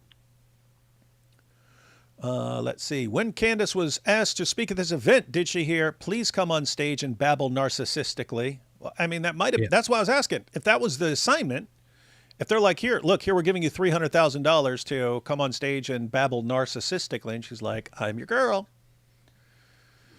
But just so you know, I'm going to convince everyone over time that I am Mary's avatar on Earth. And then that Carrie Prejean is going to be like, no, I heard that I'm Mary's new avatar on Earth. Well, we're going to have a battle to see who the real one is. Guys, completely serious here. Remember what I was saying for years, that if you get the entire Dawa, all the Dawa guys, if you get the entire Dawa leader community all populated with nothing but narcissists, they will destroy Islam for you. Guess what? Whatever this group is, and I know this is some weird offshoot or something like that, if all your speakers are narcissists, guess what? They will eventually destroy your whole movement. That's why you don't actually have to worry particularly about this. This is already done. This is already cooked. This group right here, they are already cooked because of who they are going with. They will destroy each other. And that's a fact. They could even paint the iconic Pizza Hut roof to look like the Kaaba. That would be funny.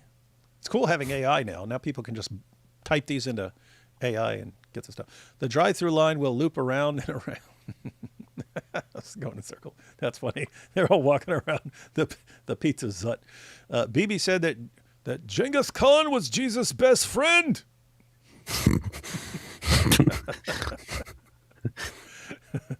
Carrie Prejean sued Trump 20 years ago. Well, can't fault her for that. Which is better, Conan? Oh, I was thinking of Conan O'Brien. Conan or Lord of the Rings, all material? Lord of the Rings. Lord of the Rings. And I love the original Conan movie. A, Candace is boring. B, Charlie has a debate with Knowles about Catholicism. He didn't accept Mariology. C, in Utah, he's on video saying he's evangelical. Yes. Wrong. Oh, yeah, that was it. He said it right there, I think. Yeah. Wrong. That's true. If this is what Candace does to the public with her nonsense speech, imagine the psychological issues her priest now has having to take her confessions. Yeah. Can you imagine? His priest is in there. Please shut up. Please quit talking about yourself so much. Please. Oh, what a nightmare. Please just go back to Protestantism, please. It is incredible to me how much patience priests have. Seriously. I guess you have to be a certain personality to be a priest. It's like I think about that sometimes. You know, since I kind of started going to the church myself, thinking about how many people they consider part of you know, their responsibility, and then listen to them all the time, and listen to their confessions, and help them with all kinds of other things outside confessions. Like their whole life just revolves around taking care of other people's problems. It's like they have to have real patience, man. Incredible. Hey, here we go. Look at this. Same guy. God bless you both, despite you mocking me. Bibi said, Jesus Christ has no advantage over Genghis Khan, i.e., morality alone is insufficient. Any Christian should take issue with this, not defend it. Listen, if you said to me the words, Jesus Christ has no advantage over Genghis Khan, I would say, hang on, what? That sounds very problematic. What are you telling me? That's how I would start, right? Mm-hmm. I would ask that person to explain what they mean. Mm-hmm. If they explain to me that this is rhetorical, that they are actually meaning something else, or you don't even need to ask. You could just back up and see what you're actually saying in context. I know. Let me get there. Okay. If they explain to me what they actually mean, and they don't actually mean simply Jesus has no advantage over Genghis Khan, but that it is part of a certain explanation that within context makes perfect sense, and it is in no way insulting of Jesus, I would say, oh, okay, Now I see the point. Now I see the point. If you just said that to me, that would be kind of problematic. But within context, it actually makes sense. Guess what? With Benjamin Netanyahu, we don't have to ask him for an explanation because he already makes the explanation before he says this phrase, and also even further on after he says this phrase. And the explanation is a very, very clear one. If you actually pay attention to the explanation that he makes, you wouldn't have such a big problem with it. In fact, if anybody else said the very same phrase and gave the very same speech, you would have no issue with it at all. Zero problem. You would ignore it, and you would even probably agree with it. Because it is Benjamin Netanyahu, like, no, he's insulting Jesus. He is not. Okay? I don't know if you like being insulted or something. Work on your comprehension skills. Start being, I don't know, honest to yourself, a little bit intellectually honest. Stop bringing up the same ridiculous nonsense. You're obsessed with Israel, man. You're obsessed with Jews. You're obsessed with Benjamin Netanyahu. Yeah. So hey, God bless you. God bless you. Yeah. This was in the Q&A. So he gave a short speech, which was basically why they believe that they should go to war with Iran rather than just let Iran continue. And he spends a bit of time explaining that. Anyway, then there's the Q&A, and they keep asking questions. Why now? Why this? Why that? And he's talking about regimes that are hell-bent on killing people. And he says it's there are people in the world who just don't have a realistic view of the world, and they think morality is just being on the right side is good, and you don't have to actually stop them. And he said that's false. And the book he quoted,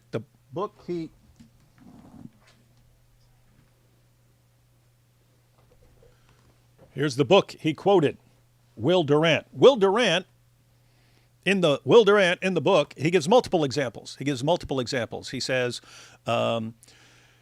People didn't stop Hitler just by sitting around being good. It has to be combined with action. He said people didn't stop the Islamic invasion of Europe just with their rightness. He said Charles Martel had to go out and stop them. And he talks about the Mongols and so on. And he's talking about the idea of if you're completely moral but you don't act, then you have no advantage over the evil tyrant who's going to come and destroy you, right? You have to act. Otherwise, your goodness does not give you an advantage. And he says, quoting Will Durant, that Jesus has no advantage over Genghis Khan, meaning the morality of Jesus does not stop Genghis Khan. Jesus himself would have to act to stop Genghis Khan. And you say, oh, what? Jesus could call on 12 legions. I keep saying, Jesus could call on 12 legions of angels. What are you saying? That if he actually did something, that would stop? Okay, suppose he does nothing. That was his point. He said you could be as moral as possible. This was Benjamin Netanyahu using Jesus as a paradigm of morality and saying you can be as good as Jesus, and if you do not act, it would not stop someone from doing evil. Is that wrong? Is that false? If a terrorist comes into the room to open gunfire on a bunch of kids, and you sit back and say, well, the kids are good and I'm good, and therefore we don't need to do anything. Does that stop the terrorist? No. Does the fact that the Allies were more right than the Nazis stop the Nazis? No, they still had to go. This is something that we hear all the time. The only thing necessary for evil to win is for good men to do nothing, and everyone praises it until Netanyahu says it. And that is the most evil thing. He's basically the Antichrist, and he's possessed for saying this thing. And then you wonder why we make fun of you, because you say stupid things like this. And I'm just saying, if I listen to what someone says and I go, that's a correct point, and everyone goes, he's mocking all Christians and saying that we should serve Satan. Don't ask me to trust anything you say, because I think you either have terrible comprehension problems, or you're so incredibly biased that I can't trust you to interpret anything anyone says accurately, because you're unable to process it. Hope that helps. And then the same people come out like, why are you defending? And the entire thing here started because you came in here and asked us why we are defending him. You come to this whole thing. People like you start with lies, with false accusations, with slander, always for a specific purpose, always to attack people, always to make a political point, to rile people up with lies.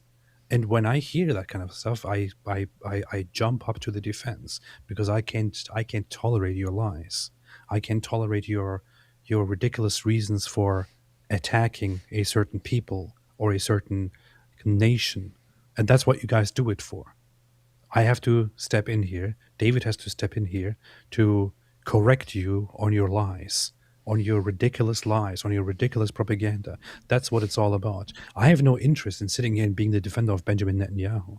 But when you go after people or after somebody or after a nation repeatedly with such hostility and such lies, which sound evil to me, and I'm sure you have good intentions, I hope.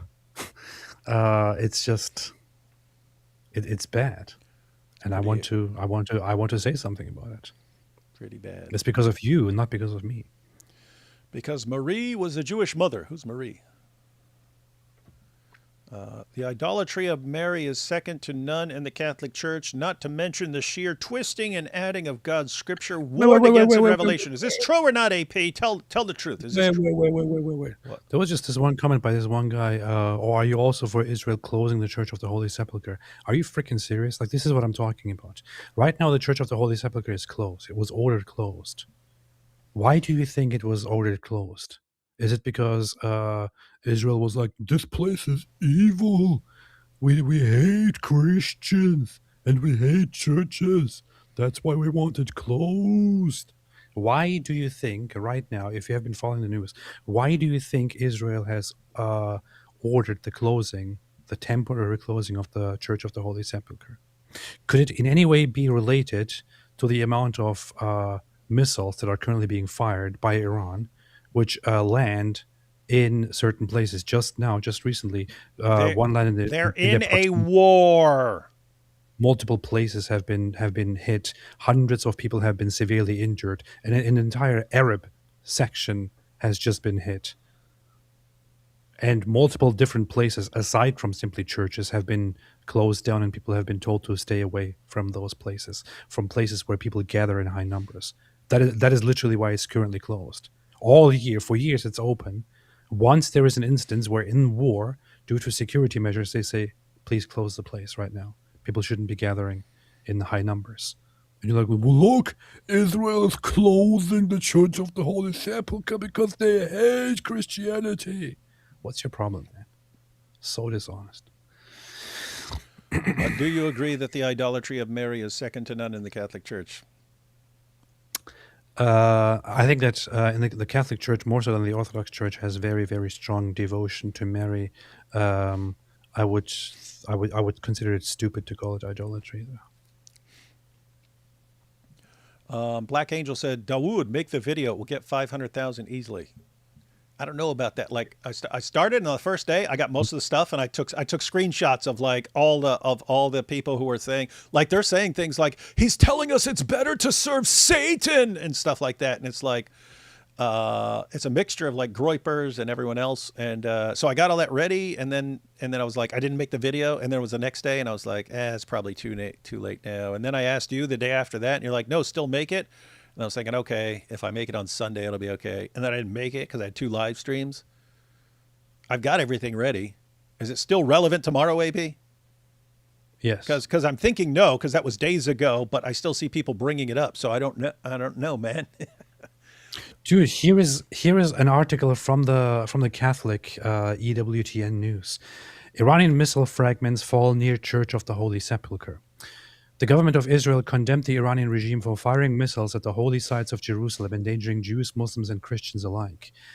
Foreign Ministry spokesman Oren Marmorstein provided details of the incident at a press conference held near the impact site. We are here next to the Church of the Holy Sepulchre. A missile from the Iranian regime, a ballistic missile launched from Iran, struck this location, he said.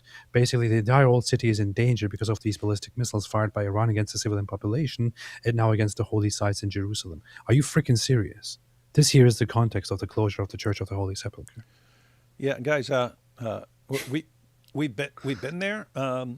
It's, you have tons of Christians who go in there and pack out the place, And not just Christians, like people go in there just to see the Church of the Holy Sepulchre. Remember AP, we walked in, there was a bunch of Muslims in there walking around, and they were looking around at the place.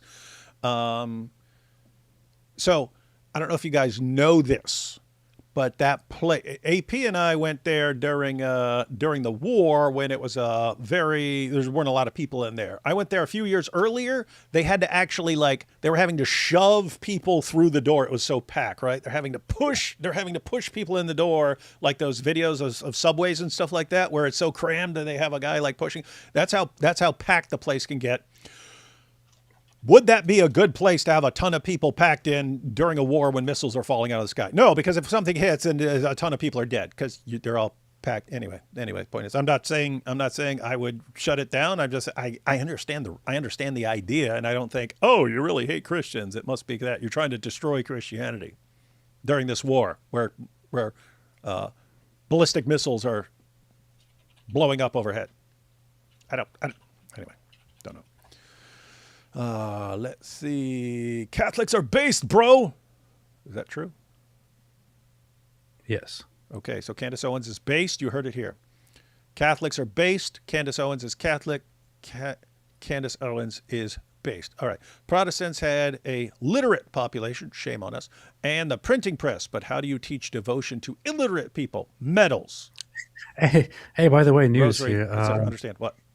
From yesterday, Israel orders the closing of multiple schools, bans gatherings, including religious gatherings, and synagogues after severe missile attacks by Iran. Look, it looks like Israel hates synagogues. Israel hates Jews. The Jews are trying to destroy the Jews. Think about the reasoning, guys. Schools, synagogue. You don't. If a rocket hits, you don't want a ton of people gathered in the same spot. It's better to have people sort of spread out, and that way, if something hits a building, a few people die.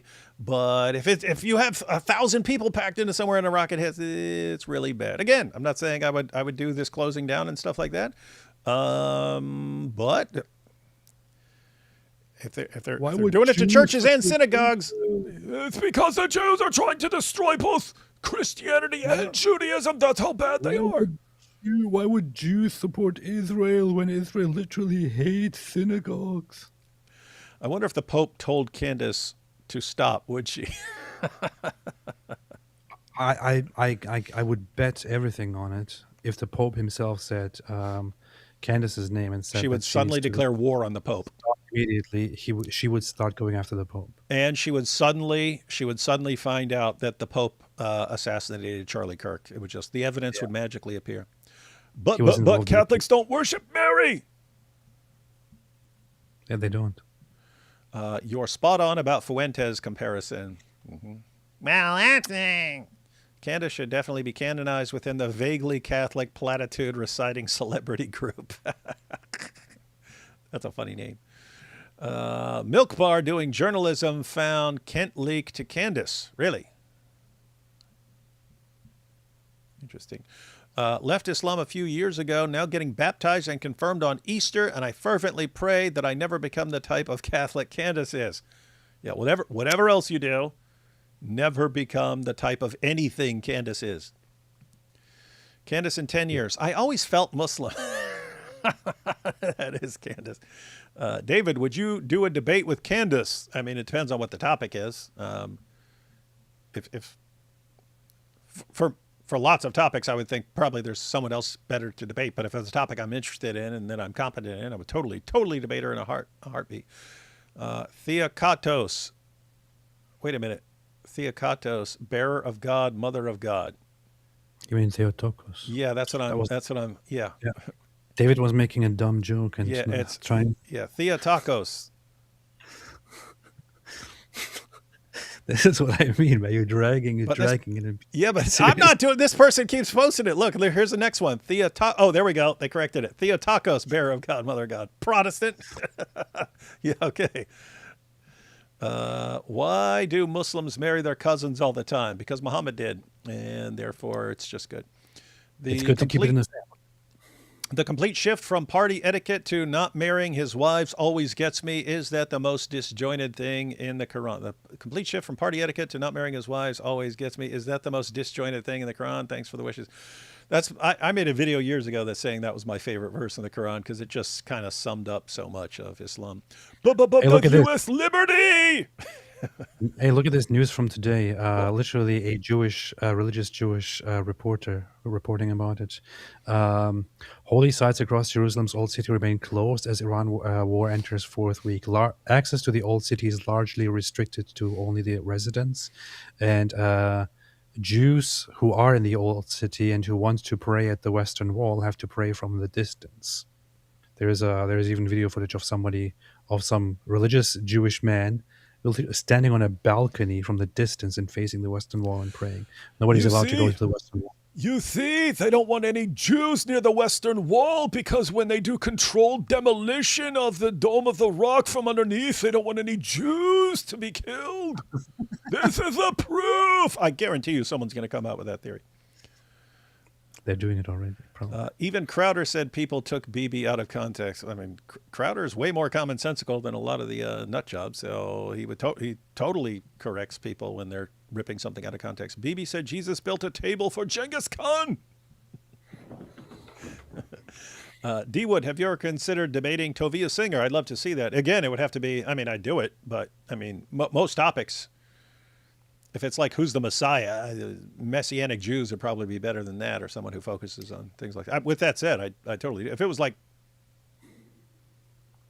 is Christianity true or something like that, I'd debate him on it. I tried to have a discussion with him actually, and I know multiple people who got in touch with him, mutual friends, and he doesn't want to do it. Yeah, he has a problem with he doesn't want to anger Muslims. I say do the vid just so it will exist in your, what's VOD? Video on demand. That's what I thought it was, but I don't have videos on demand. I guess you can click on any of my videos, so they're kind of on demand. Please don't mischaracterize me as anti-anything. During previous major conflicts, the church stayed open for key celebrations. Purim celebrations and other large gatherings were allowed to happen. Why are they not allowing? I just read the news. You can check it for yourself. Even the Western Wall is closed, which is absolutely crucial for Jews. It's the one holy place that they have. They're just trying to cover up the fact that they only care about shutting down the church, but for appearances, they're shutting down everything else. What are you saying? That yes, it is unsafe. Still, people should be going there, even if they're hit by missiles. You want it open. You want a bunch of kids. You want a bunch of kids and stuff gathered in the Church of the Holy Sepulchre during a war when Iran is firing everything they have at it. Is that a good idea to you? There is only one dog. Shut up about the typo. Oh. Get it? It's like saying there's only one God, but he makes a deliberate typo. You have to watch Amy. This is the last one. You have to watch Amy Kozak doing Brett Weinstein, who also became Kirk Truther and Tucker, and also doing Ryan podcast. Wait, is that the guy who does the impressions that we've seen before? Is that the same guy, or is that a different guy? Amy Kozak. No, that's a different guy. That's a different guy. Huh? Yeah, he's funny. Okay, AP. I think we're obviously done. We do not want to watch this, but just since I said we're going to do it, and I don't want to do it on any other day, we'll watch a few seconds of her just to see how annoying she sounds. First rose to national prominence in 2009 as Miss California, when she courageously defended traditional marriage during the Miss USA pageant. And I became popular on Pee-wee's Playhouse. In 2025, President Trump appointed her to serve on the White House Religious Liberty Commission. And then he found out she was a Catholic, so he said, "Get off there, you're a Catholic." What? He skipped a lot of steps there, but let him finish. Okay. And alongside Bishop Barron and Cardinal Timothy Dolan. During the February commission hearing,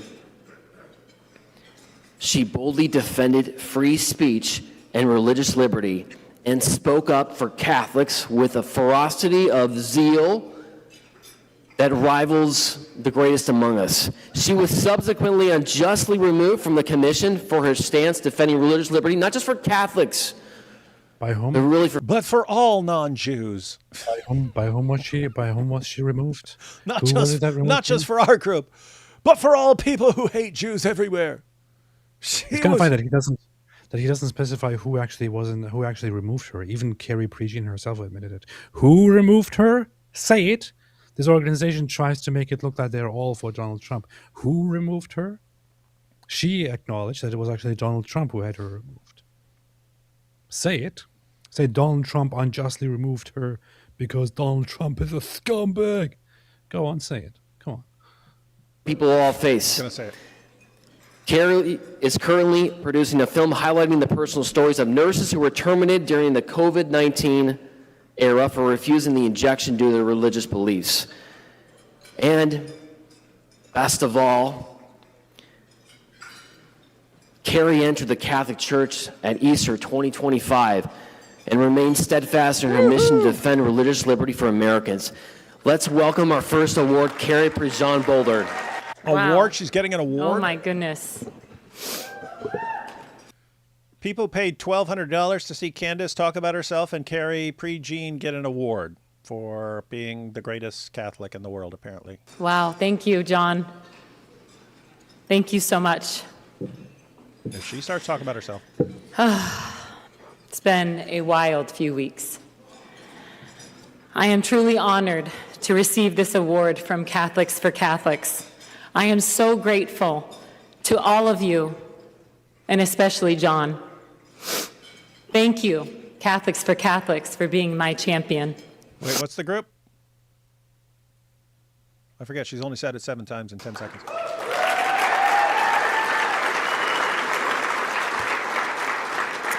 Knowing the story behind this award makes it even more meaningful. To be called a Catholic champion is not something I take lightly.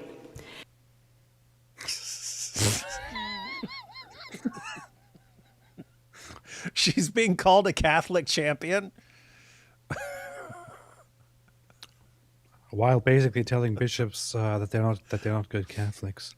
You know what this reminds me of? When Michael Jackson, he didn't understand the award that he was winning, and he got up there, and if anyone had told me that I was going to win the Artist of the Millennium Award, there was no Artist of the Millennium Award. Apparently someone had said that to him in a message or something like that, and he thought he was winning the Artist of the Millennium Award. And so he based his acceptance speech on receiving the Artist of the Millennium Award, and that was not what he was winning. But that's her receiving her award while being called the world's greatest champion of Catholicism. Because I understand what that really means. It doesn't mean comfort, popularity, or applause. It means standing firm when it would be easier to stay silent, choosing truth even when it costs you something, and asking, what more can I do? First, I want to thank my mother. I'm not going to listen. Who is here tonight. Oh, she's crying for her mom. And my late father for always supporting me, for raising me with strong Christian values, and for standing by me through everything. To my husband and our 2 beautiful children. So apparently this is just her thanking everyone for her award for being Catholic of the Year, according to Catholics for Catholics. Awesome, awesome, awesome. Great stuff. All right, AP. I don't think I can listen to any more of that. All right, so here are some clarifications and things that they left out and what she actually did. Well, that dork who is the CEO of this. Oh, wait! You're saying he didn't give the complete story about this woman? Yeah.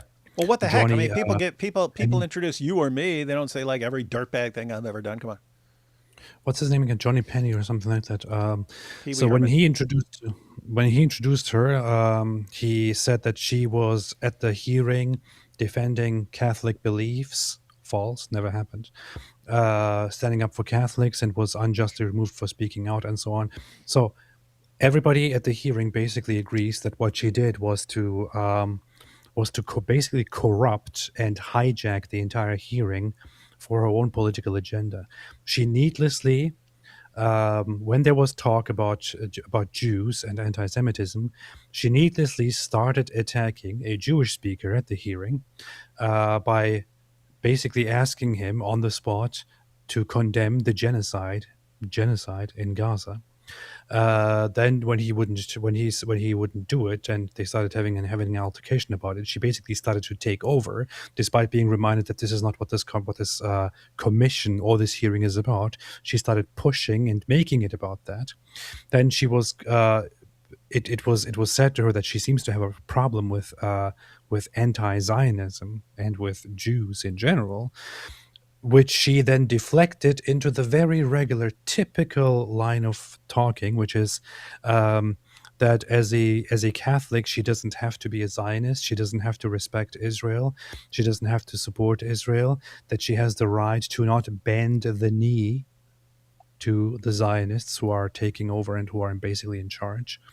So she starts with conspiracy theories. She starts with taking over the entire discussion. She makes it look like right now that she was unnecessarily, needlessly attacked for her beliefs when she was the one who initiated the entire discussion, and she was the one who turned the entire Religious Liberty Commission hearing into a fierce discussion where she tries to condemn Israel and then make it look like she is the victim.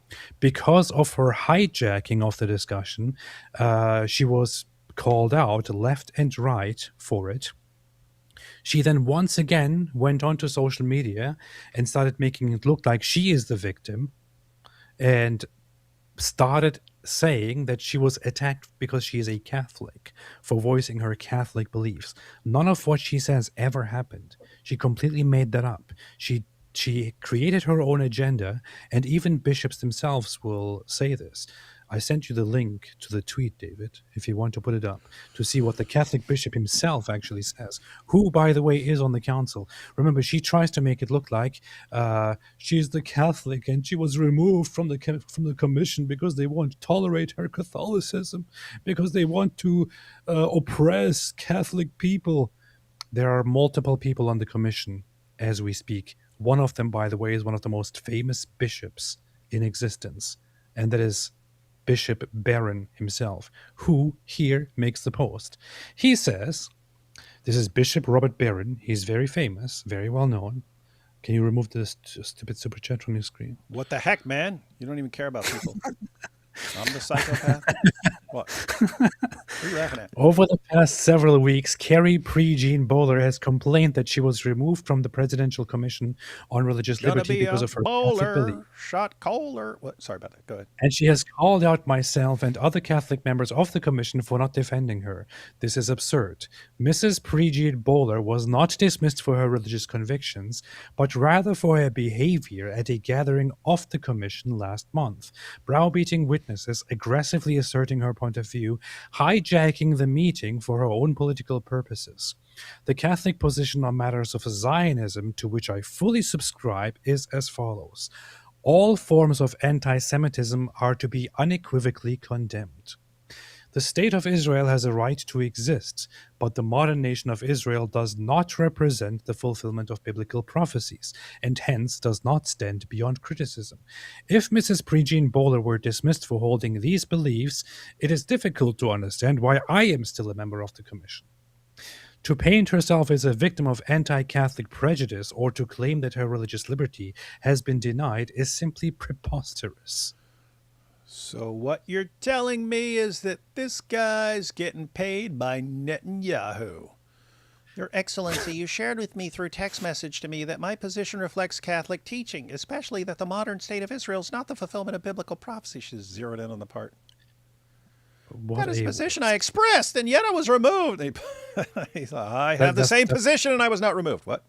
That's not what she expressed. And she was also removed a month after this whole hearing because she went onto Twitter and started basically buddying up with all the typical Jew haters, started using all the anti-Semitic language that are now famous, started referring to Jews collectively and calling them basically Zionists, lying about the whole ordeal, suggesting that America is controlled by Israel, all kinds of different things. I think she's the one who started referring. She also referred to herself as or as people as the goyim, basically making it about Jews, not about Israel at all. And this is just her final step, or her most recent act in her career of lies and of shamelessness and of narcissism. It's she has a whole history with it, a whole history. And the funniest thing about it is that it was Donald Trump himself who gave her a second chance and who put her on the commission, and she blew it and is now attacking Donald Trump, who gave her a second chance. Right, the first time it was in 2009. She was part of the Miss America 2009 show. She was a front runner or something like that. She was. This is the only respectable based moment in her history. She was asked about gay marriage, to which she said that she personally holds and believes that marriage should be between a man and a woman. Whoa, very, very nice. For which she was criticized. Very, very respectable. Very cool. Very nice. Okay. Things got a little bit problematic. When things became controversial, I actually wrote everything down here. So she participated in Miss USA 2009, where she said she believes marriage is between a man and a woman, for which she faced backlash. So far, so good. Semi-nude photos of her emerged among this whole controversy. By the way, I said semi-nudes here when I wrote it down, but it's semi-nude and also nude. At the same time, while expressing her supposedly religious Christian beliefs, she was actually posing naked and half naked for different people in different photo shoots and commercializing her body. She took them willingly and posed for them. When all of this came up, she claimed that the photos were taken accidentally. I must say, as I was reading all her scandals, I unfortunately came across those photos.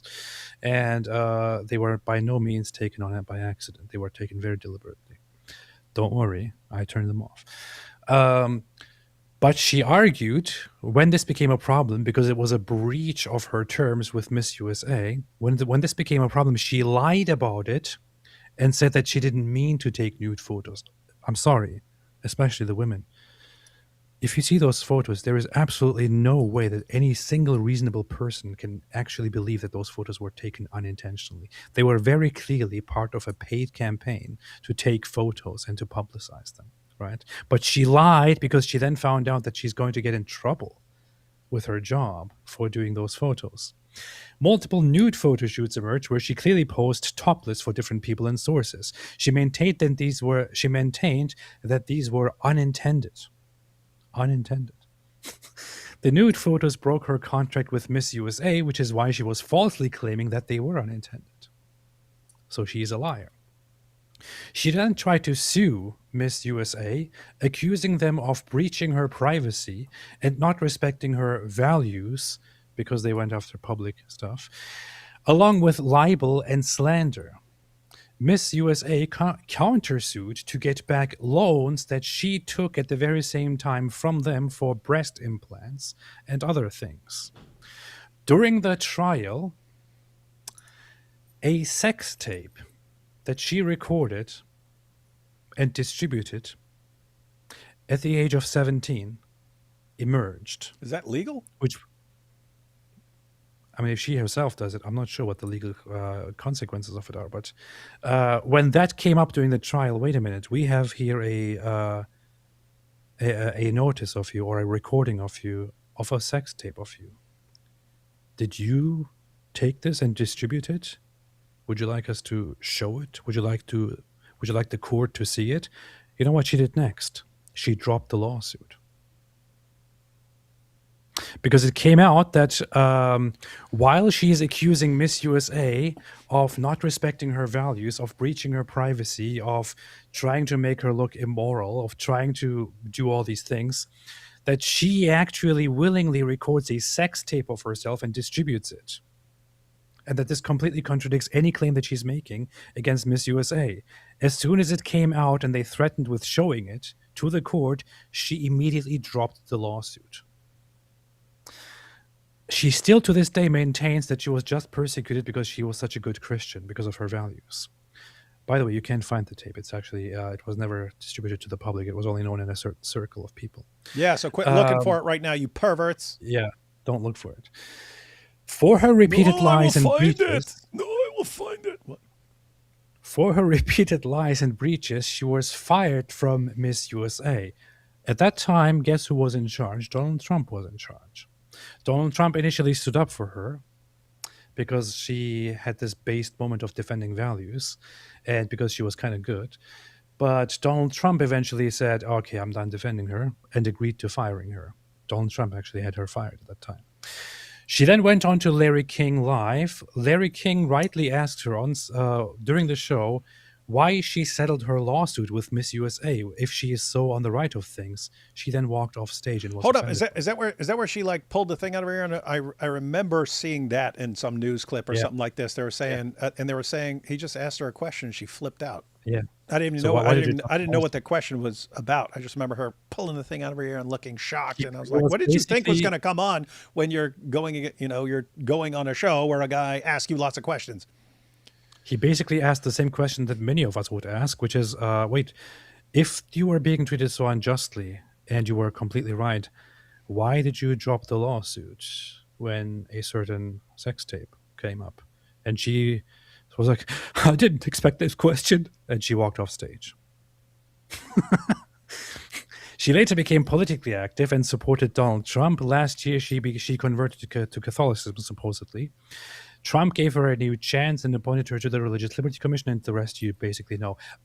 Also, by the way, what Donald Trump didn't know at this time is that she's also very well connected to some of the most notorious anti-Semitic people, and that she was also supported. And if until this point you are still for some reason supporting her, the first group that actually came to support her, which she thanked and posed with, was none other than the Muslim Brotherhood extension in America, CARE, which is the Muslim Brotherhood organization in America that is an arm of the Muslim Brotherhood to subvert countries and make them Islamic for the Muslim Brotherhood, for Islamic purposes. She is an ally of CARE, of the Muslim Brotherhood, proudly wearing the pro-Palestine symbols, having a Palestine flag on herself. She accuses all those who support Israel of having dual loyalties, of being Israel first. But the first thing she did was to go out there and post the Palestine flag, wearing a Palestine pin on her chest, and even putting the Palestine flag before the American flag on her posts. And so on. And finally, the last thing that she did after she saw that the Catholic bishops themselves will not stand up to her was to basically start debating against the Catholics and accusing the Catholics of not being true Catholics because she herself is a true Catholic. So she is a complete nut job, a narcissist, and a liar. That's it.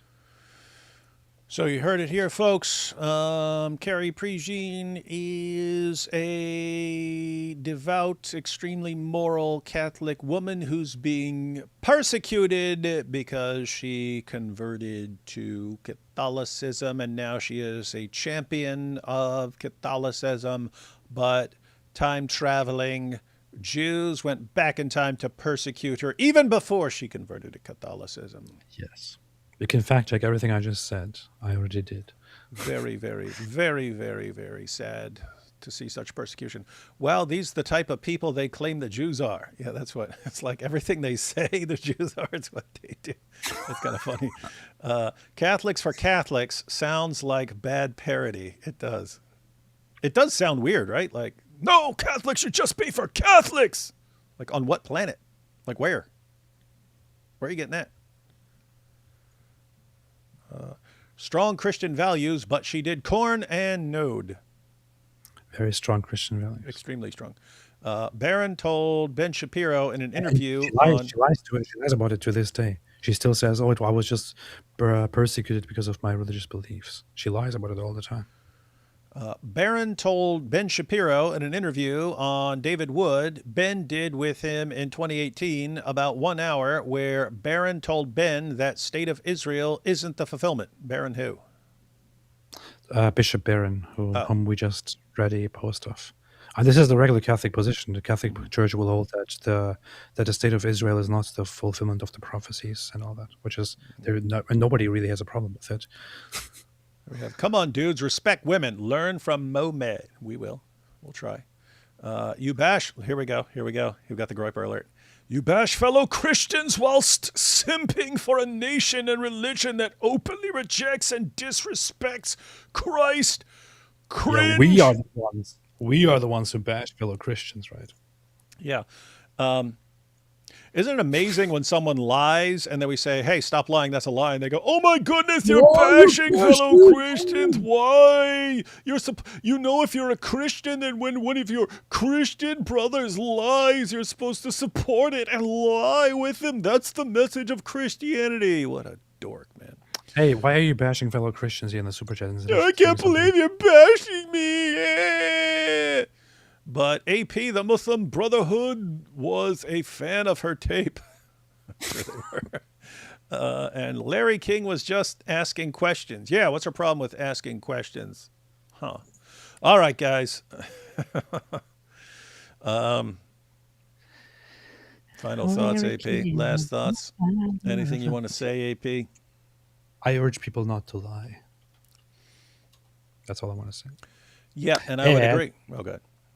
I also want to add one more time that in no way do I or David think that Candace Owens is in any way a representation of the Catholic community. Especially David thinks that. And she's the new pope, but yeah. And Candace and Catholics are better than Candace Owens and stuff. So yeah, I'll just agree. Don't lie, everyone. And if you do lie, don't whine like babies when someone calls you on your lie. Understand?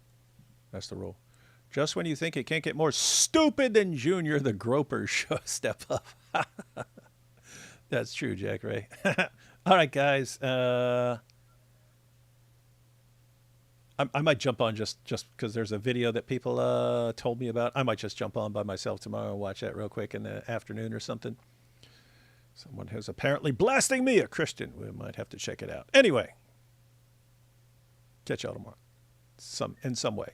I'll either post a video. I'll either post a video or go live or both. One or the other. God bless y'all. Yep. No, hang on. People posted another super chat. Hang on. I could have closed it, but I didn't. Here we go. I'm just wondering if someone... How dare you support Israel? You need to stop bashing fellow Christians. Have you ever read the Talmud? Jews are bad. Here's some money. You gotta love it. You idiot. Why are you bashing everyone? Here's $5. I'm dealing with refuting the argument of Jews where the Bolsheviks... the argument of Jews were the Bolsheviks during the revolution. Any suggestions of sources to refute? We're heading out. You could just open any history book. Yeah, that would be a good idea. All right, guys. Yep, no, I think I wrote something about that recently myself. I gotta look that up, but in all honesty, I'm not sure if I added the sources or if I was just gathering the sources and just made a minor tweet about it. But if you check my Twitter account and search for Bolsheviks, I think you should find something about that. But I was preparing something on that anyway. And Dennis Prager has some good commentaries on the stuff. He points out that anything that involved like education, he said you had Jews on every side of every issue. And so no matter what issue you hate, you can always point, look, you see, Jews. I mean, the fact is that the majority of the Bolsheviks were atheists of Christian backgrounds. And oh, yeah? What about Stalin? Jews, also Christian background.